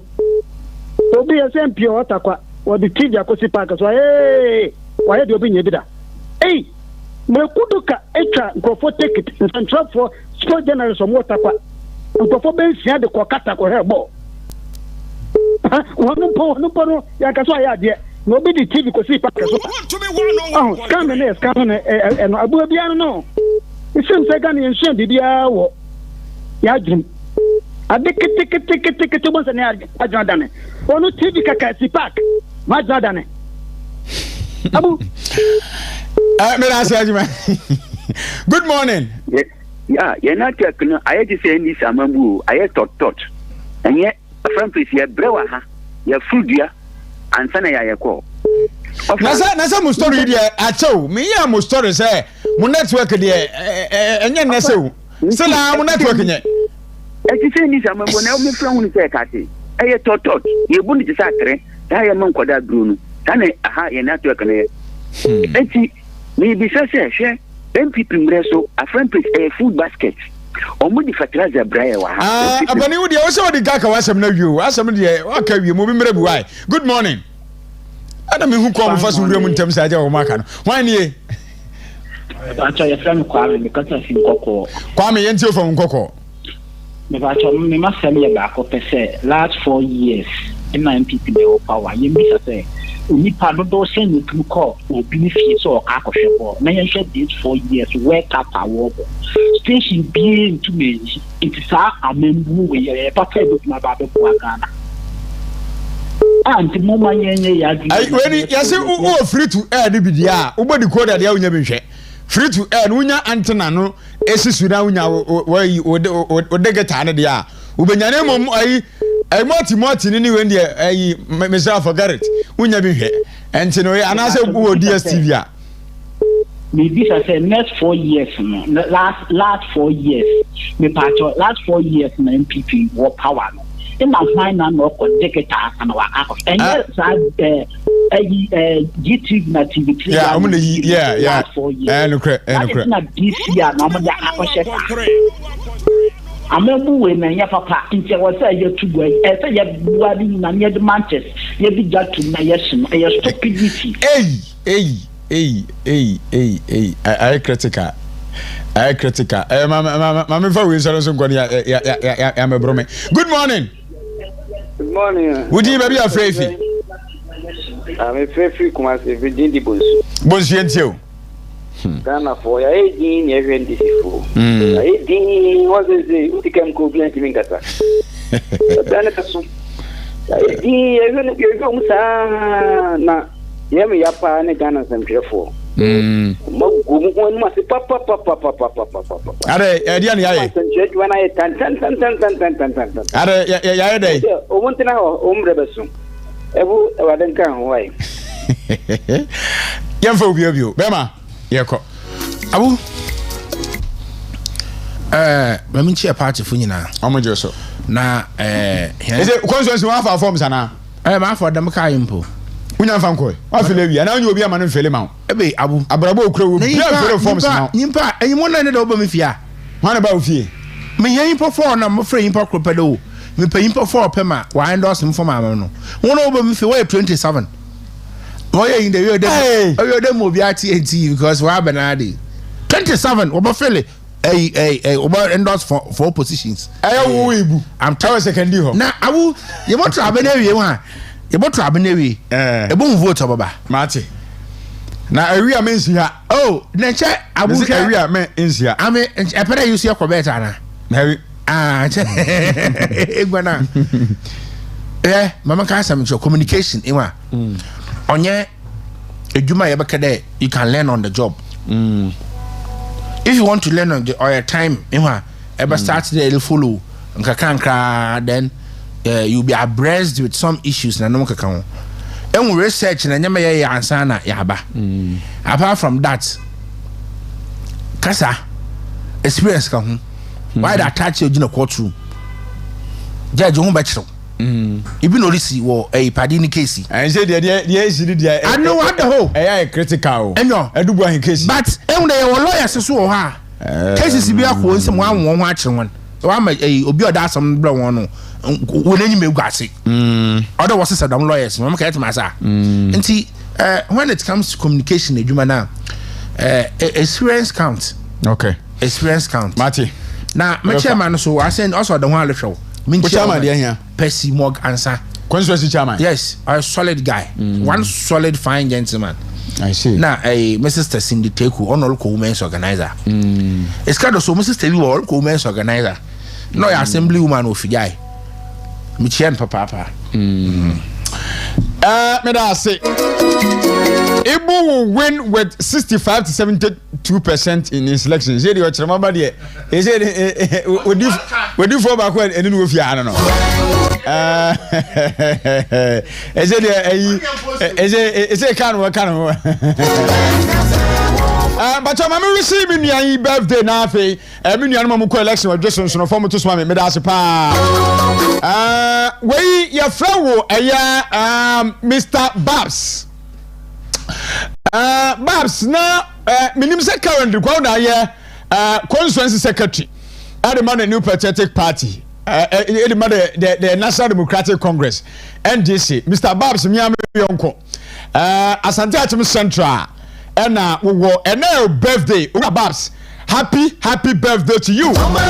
Ejumadeni a woyɛ som NDC party no ano ɔhye. Wɔno wɔnyɛ yimu sɛ we ni obringi obia on board. Mr. Babs and your birthday Alhaji Babs. I know crowd come make up and you Alhaji Babs and your birthday. Happy birthday to you Alhaji Babs. Asante Achim Central. And a baby obia mamentia na memu abaso. And now when Yamede I feel back wa ka ufie. O tu phone and then group twedi ampon kan wo mo. Na onyu fra dumu kwa dumo. Yohana says we already more amount sanka. Happy birthday Alhaji Babs. And this is strong person. Papa. When I can pre MC Nama Nani. Happy birthday to you. Juma way and I know shit. Yamibe Shapa. And if you come in, also we show happy birthday. Edward of Funya Yamisha.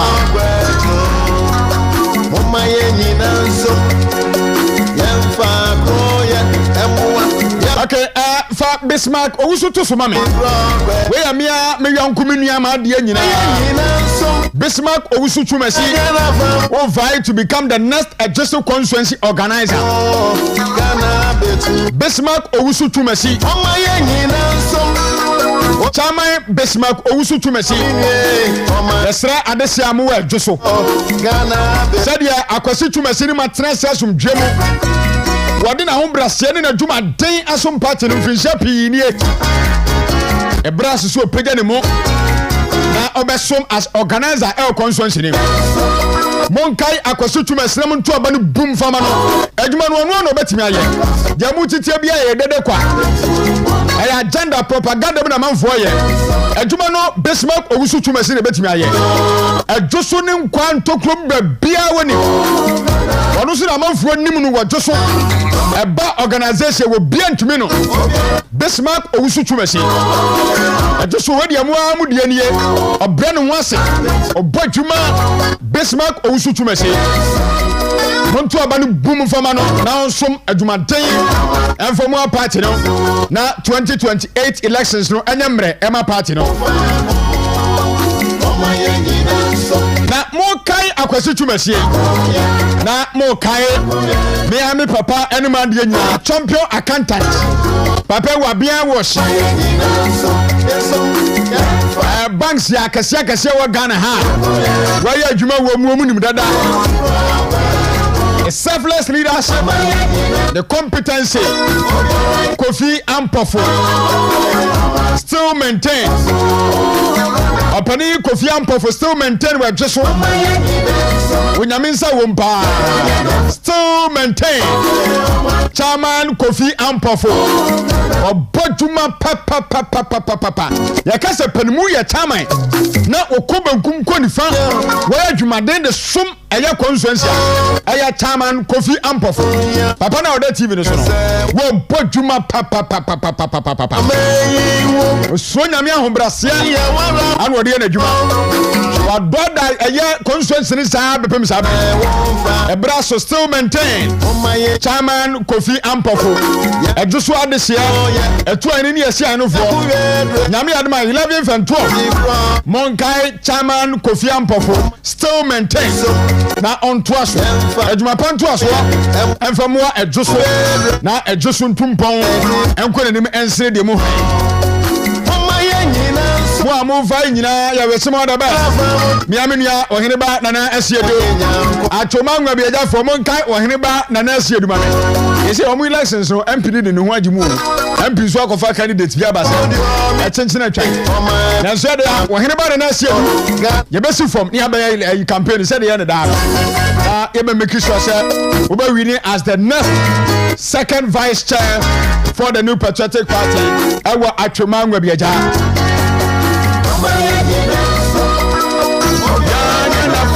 Midiane barama ba nana Konadu Prah. Mencha mese elimini anope me chiamu nyina ewa sante achem Prah so. E chia Prah so fo nyina so emosechi na we MPP ni na ese we okopre NDC anope ma mencha me yonko pa no. We da we sisu krasa me na me ma asase. Timiana ma asase wo esie na chi ho ai ni wakwasi udan siso nti ado parliament na mencha Prah fo nyina ɛyɛ de ahinde no ba befa na matoto me bibia tima e fine kono wo oduma se dwase price fo nya no pay ye ntia mo a mo hwe across the country. A special good morning to you. Mami mo ochamaba ye center abaso ni abna se wa mani ampon. Ni titiu ene Samuel Jingo. 1,000 same de wase de nyama ye. Nyame sha pa no adwuma den a wosom Western Diamond TV. Nyame sha pa. Nyame yadomo a ebe wo fa sports wo Kumasi ye wi a ebo 12 akase ebo ebeba. Enu echi ebo 3 pm anu ehia scan from Pomanson na onfa omampuntu enso mfa nto. Nyame yadomo ne ye won kwa. Good morning, I'm out.